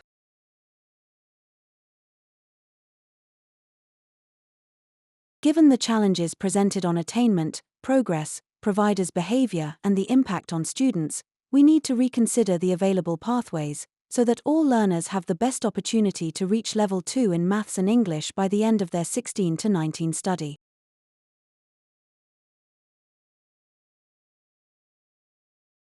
We also need to find ways to support and value the progress of all learners, including those who may not go on to achieve Level 2.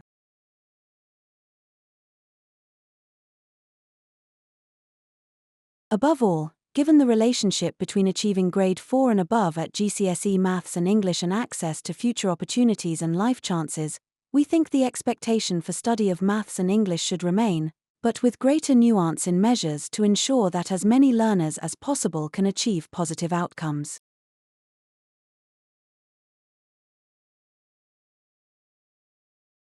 Some post-16 institutions are achieving high success rates, and so we will seek to learn from, and promote, good practice within the sector.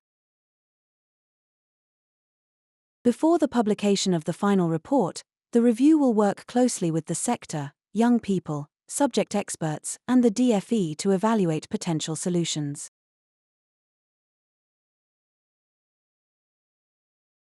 Assessment. In light of the importance of assessment, it is right we have been asked to consider how the assessment system can best capture the strengths of every child and young person and the breadth of curriculum, with the right balance of assessment methods while maintaining the important role of examinations.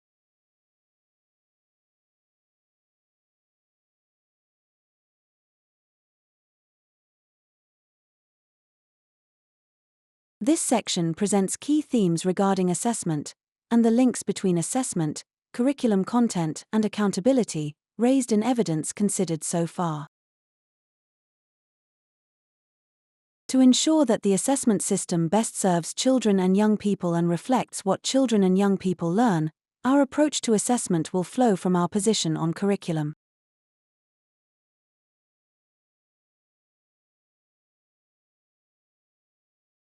Effective assessment is a crucial component of a high-performing education system.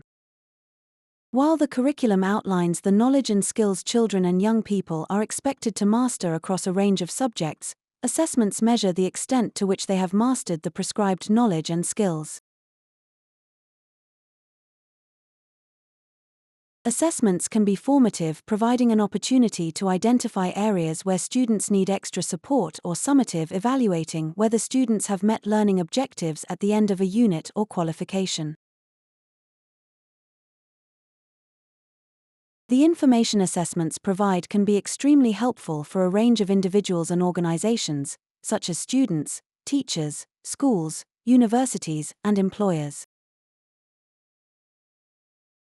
The results pupils and students achieve in some assessments, such as Key Stage 2 statutory assessments and GCSEs, also play an important role in holding schools to account.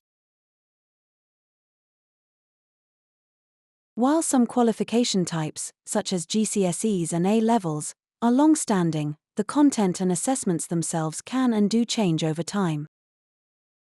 GCSEs and A-levels were last reformed over a decade ago. Changes included reducing the role of coursework, removing modular qualifications, and limiting opportunities for resits. When combined with changes to the curriculum and accountability, these reforms represented a significant overhaul of assessment of these qualifications. Assessment has been, and will continue to be, crucial to raising standards.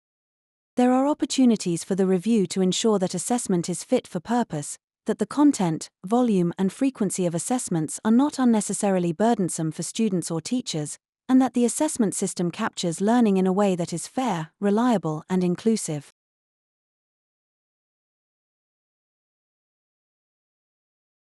We will also explore ways of ensuring that our assessment system is properly inclusive of all students, particularly those with SEND. Assessment at Key Stages 1 and 2. There are several national curriculum assessment points in Key Stages 1 and 2, varying in format and purpose. The focus of assessments is on reading, writing, and maths, and consists of the reception baseline assessment, the phonics screening check, the multiplication tables check, and end of Key Stage 2 statutory assessments in reading, writing, maths, and grammar, punctuation, and spelling, in addition to optional assessments at Key Stage 1.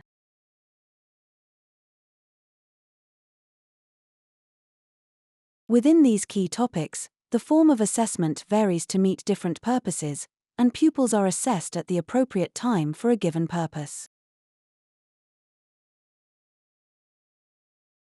They range from teacher-led, activity-based assessment with individual pupils, to paper-based formal assessments taken by the cohort at the same time.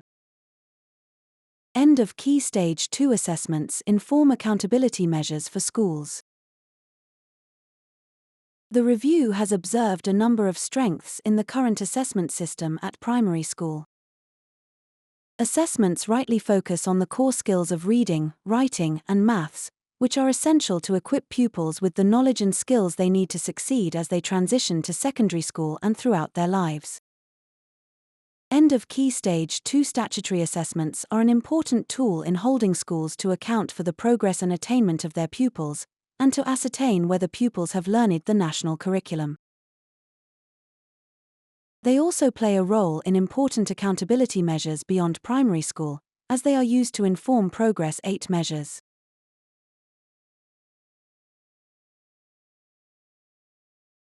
Given this, we are clear that formal assessments are an important part of Key Stage 1 and 2. However, the call for evidence and our wider engagement has highlighted concerns with some assessments. In particular, many expressed concern that the standalone end of Key Stage 2 assessment on grammar, punctuation, and spelling might lead to the teaching of textual features in isolation at the expense of a sound understanding of reading and writing. We will review the curriculum and how this assessment might better equip pupils to use these foundational building blocks fluently. The ability to write well is a key skill that pupils need throughout school and in later life. However, we have also heard concerns that the writing assessment at the end of Key Stage 2 does not validly assess pupils' ability to write fluently and does not incentivize effective teaching of writing. Evidence considered as part of the review, including from the call for evidence, reports that pupils instead spend considerable classroom time learning to reproduce writing containing textual features to meet writing assessment criteria, rather than developing fluency in writing. In addition, analyses have shown concerns around the consistency of judgments in writing assessments. Therefore, in the next stage of our work, we will examine how the assessment of writing at Key Stage 2 can be improved to support high and rising standards.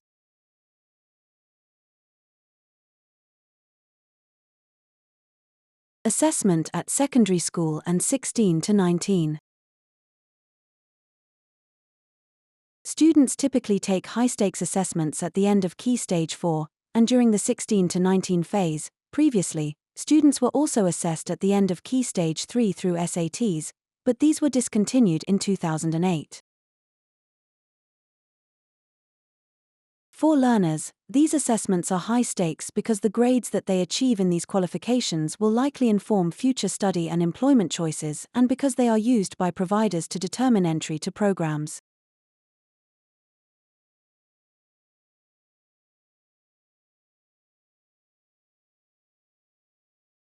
As with the assessment system for Key Stages 1 and 2, there are strengths in the current system at Key Stage 4 that are important in driving high standards and ambitions for young people.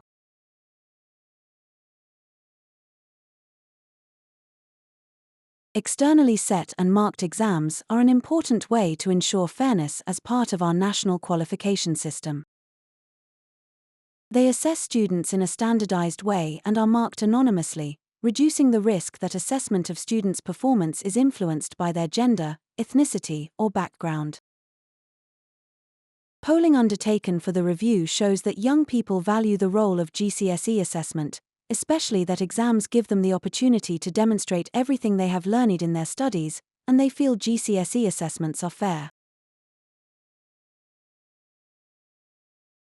It is important that students are given the opportunity to demonstrate their knowledge and the capabilities they have developed during their studies. Not only does our polling show the value students place on this opportunity, but these qualifications play an important role in a student's future study and career. They are also an important lever to ensure schools are held to account for the performance of their students. The review will approach reform of assessments in an evolutionary rather than revolutionary way, and we will therefore not, for example, fundamentally change the number of subjects that students study or are assessed in at GCSE.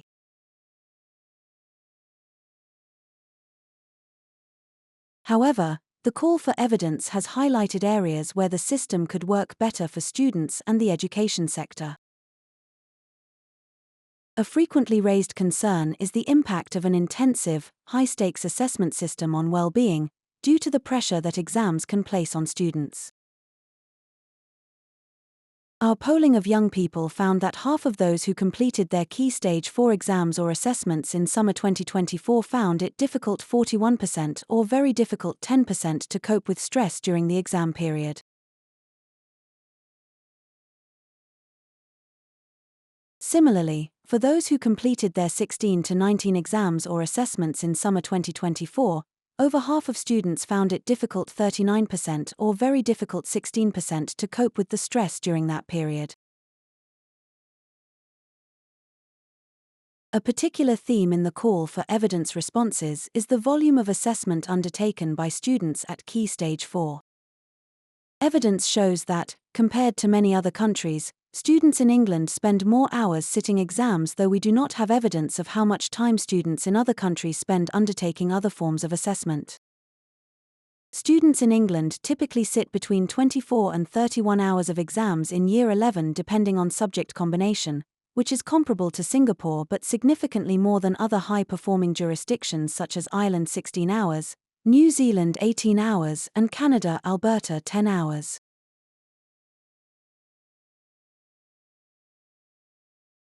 However, it is important to note that students spend less time in formal assessment overall, including controlled assessment and coursework, than before these qualifications were reformed. As well as the volume of assessment, responses to the call for evidence have also focused on the weighting of exams relative to other forms of assessment, which can include written coursework, a performance, or oral presentation.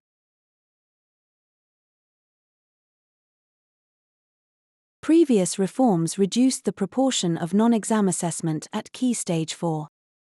Some subjects saw reductions, such as modern foreign languages from 60% non-exam assessment to 25% and design and technology from 60% to 50%, while others, including English literature, geography, and history, saw non-exam assessment completely removed and are now wholly assessed by exams.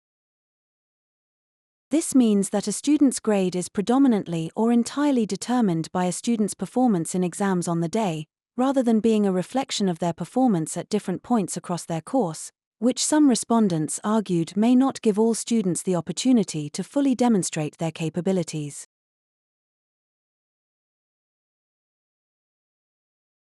On the other hand, this approach mitigates against introductions of bias and/or invalid means of help, especially given the prevalence of generative AI. We have also heard concerns that exams, coupled with the volume of content needing to be covered and their use in accountability measures, can lead to teaching to the test. With students spending too much curriculum time rote learning facts and model answer structures and revision at the expense of depth of understanding of the content. This squeezes out time spent developing the ability to synthesize and apply knowledge. As a result, some have called for greater diversity of assessment methods, both to better assess certain elements in particular practical skills and to allow more young people to demonstrate their skills and abilities. However, we are also mindful of evidence on biases that can enter non-exam assessment and teacher-assessed work that can disproportionately affect certain pupil groups, further disadvantaging those already disadvantaged. We have also heard about risks concerning AI in relation to coursework assessments, and the consequential risks to standards and fairness.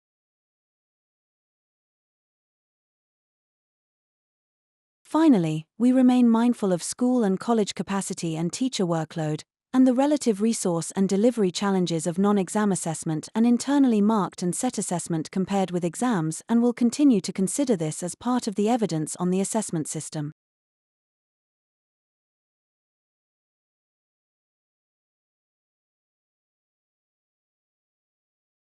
In our next phase of work, the review will consider carefully whether there are opportunities to reduce the overall volume of assessment at Key Stage 4 without compromising the reliability of results, and therefore the trust that stakeholders from colleges and employers to parents and young people themselves have in these qualifications.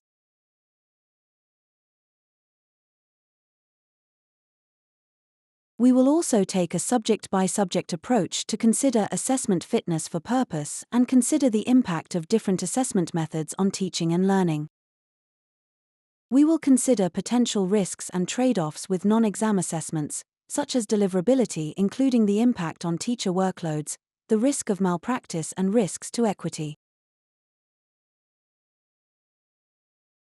Given all of the evidence, we are clear that traditional examined assessment should remain the primary means of assessment across GCSEs.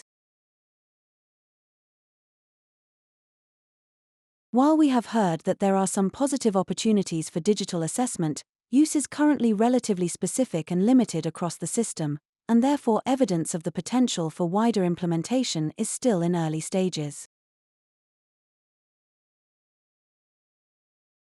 We also recognize that the wider use of digital assessments has considerable delivery implications for schools.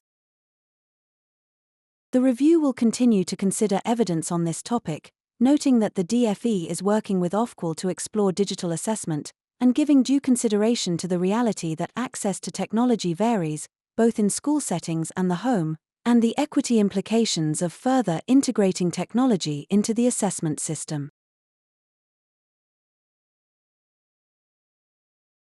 Next steps.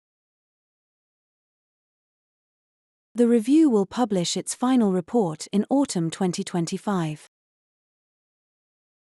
In the meantime, we will consider concerns that have been raised across subjects about the specificity, relevance, volume, and diversity of content.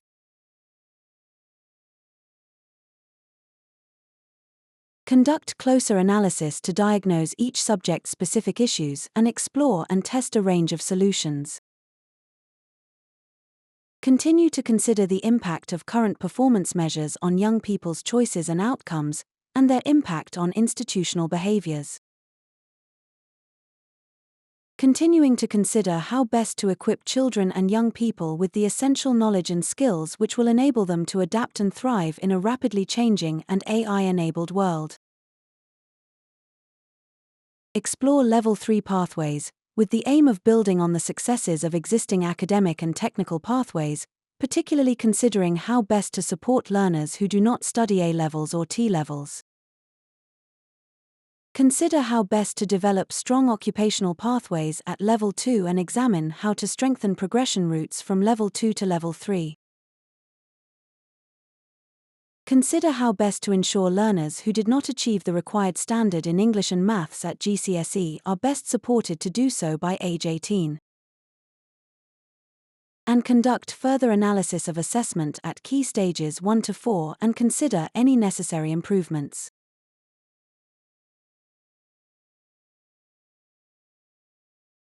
We expect to recommend a phased program of work in different subjects or subject areas.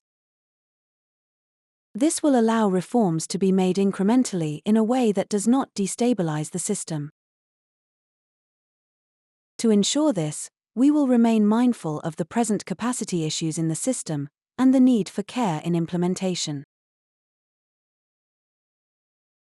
We will seek to capitalize on what is working well so that productive evolution supports schools and colleges to improve the educational experience and outcomes of children and young people, giving all our young people the best chance to discover a love of learning and to achieve and thrive. Annex A, Methodology and Evidence Base. As required by the terms of reference, the review seeks to be rigorously informed by evidence and data. It is being undertaken in close consultation with education professionals and other experts, parents, children and young people, and stakeholders such as employers, colleges, universities, and trade unions. We are seeking to identify and prioritize the most significant and pressing issues facing curriculum and assessment, to recommend practical and deliverable changes that will improve young people's outcomes without destabilizing the system. As such, we commissioned a range of research and analysis and sought a wide range of views on curriculum and assessment. A major aspect of this was our call for evidence, which ran for 8 weeks between the 25th of September, 2024 and the 22nd of November, 2024.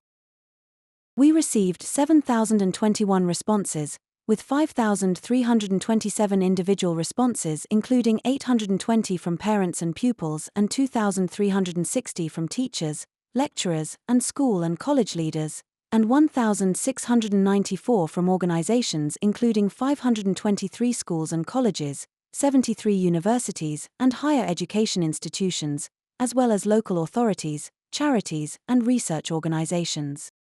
A report summary of the key findings and methodology of the call for evidence will be published alongside the review's final report. Alongside the call for evidence, we gathered further views from the public.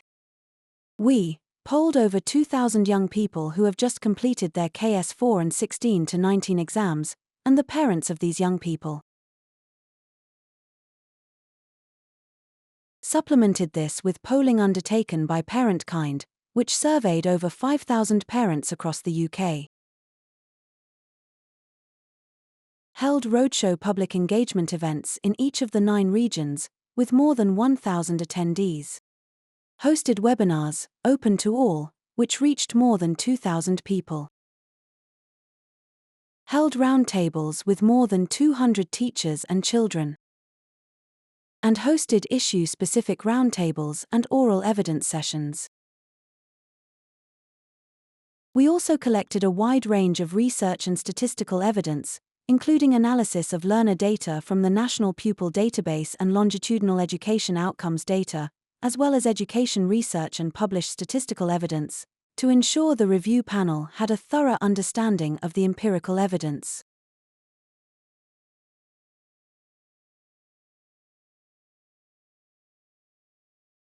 In formulating the recommendations in the final report, we will aim to strike a balance between the key themes raised through the engagement with stakeholders and the wider research and statistical evidence that has been reviewed.